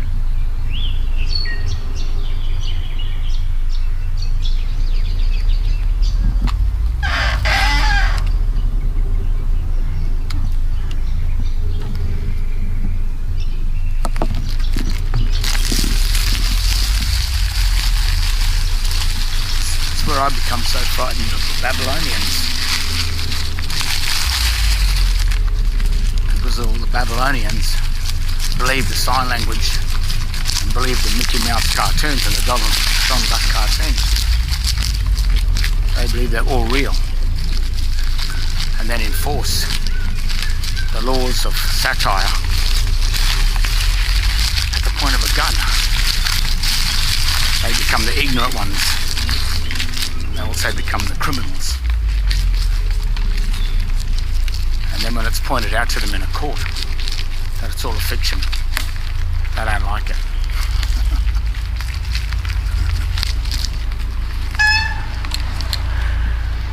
So let's go and have a look at a few more signs, a few more. The language of Babylon, the satanic world of Babylon. Let's go have a look.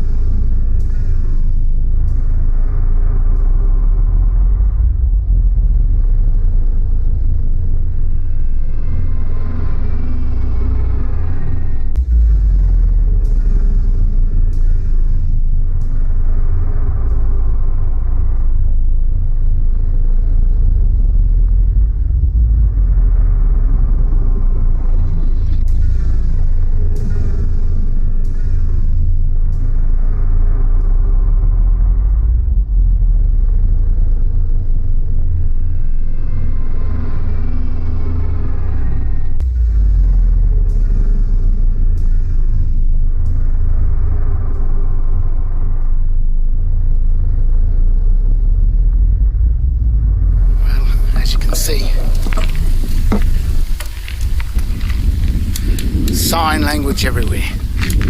Everywhere you look.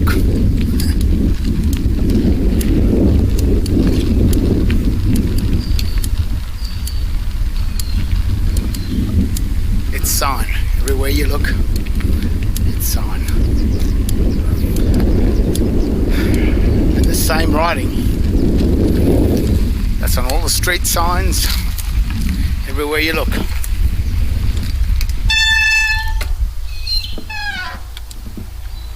There it is.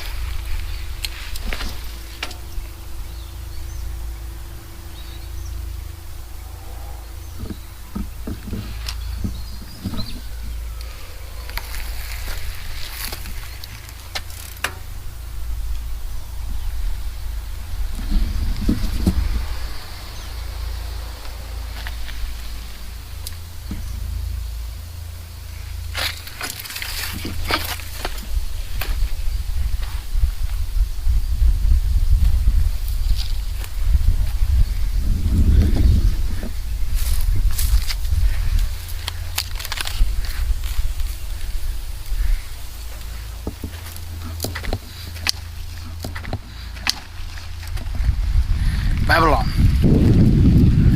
It's not English. It's a foreign sign. It's a military jurisdiction. That's why everyone's Mr., Mrs., Miss. These are military accounts. Got nothing to do with the people or with the English system, or with the common law system, which is the Christian system. And every trust has two sides, the side of the debtor and the side of the creditor. So you have to make up your choice what side you want to be on. And that's why when the police pull you over, they ask what's your name and date of birth. They want to know, are you John Henry or are you Doe?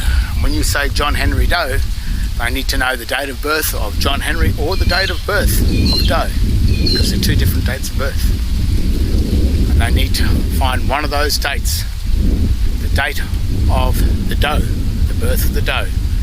The minute you do that, then you have consented to be in Babylon, to be subject to the Babylonian language, the satanic language of the dead, or the purgatory, where you are birthed, where you were born living, birthed into purgatory, birthed into death, birthed into an assumed death.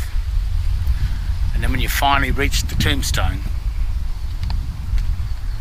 they put the two trusts on the stone, the John Henry and the Doe, for the closure of that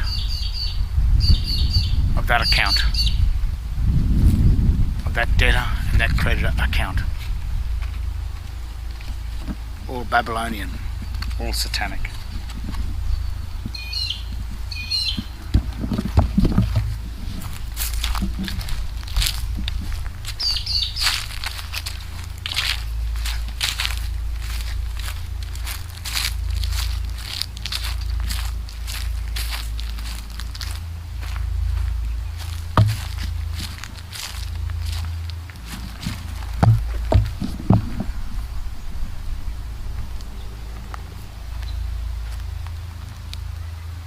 This is where I made one of my first videos. I think this tombstone will be here for a lot longer than all of us, because our death has been recorded in stone, the headstone.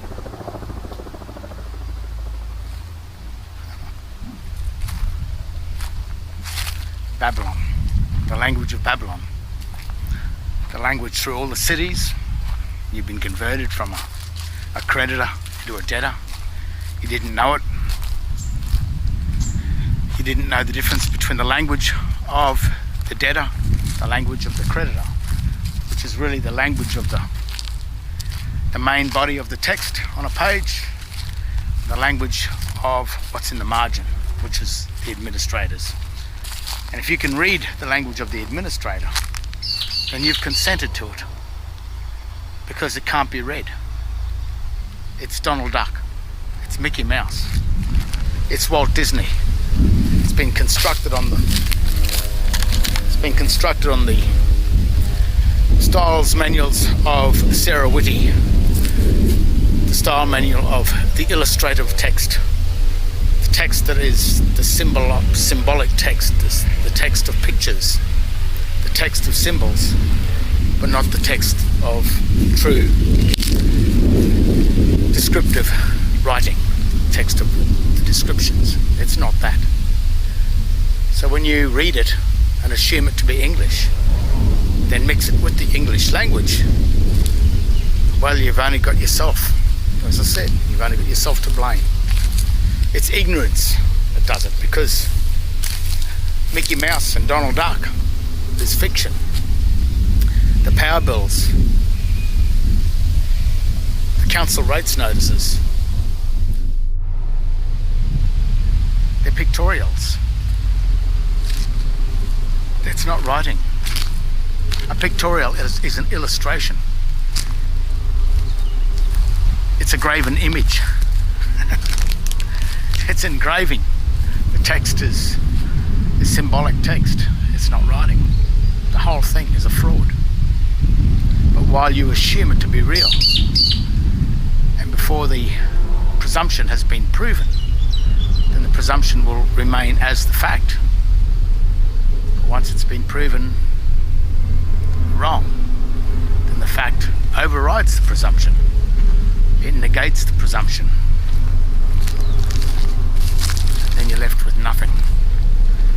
Nothing but a foolish idiot that you've been for believing that those documents were real.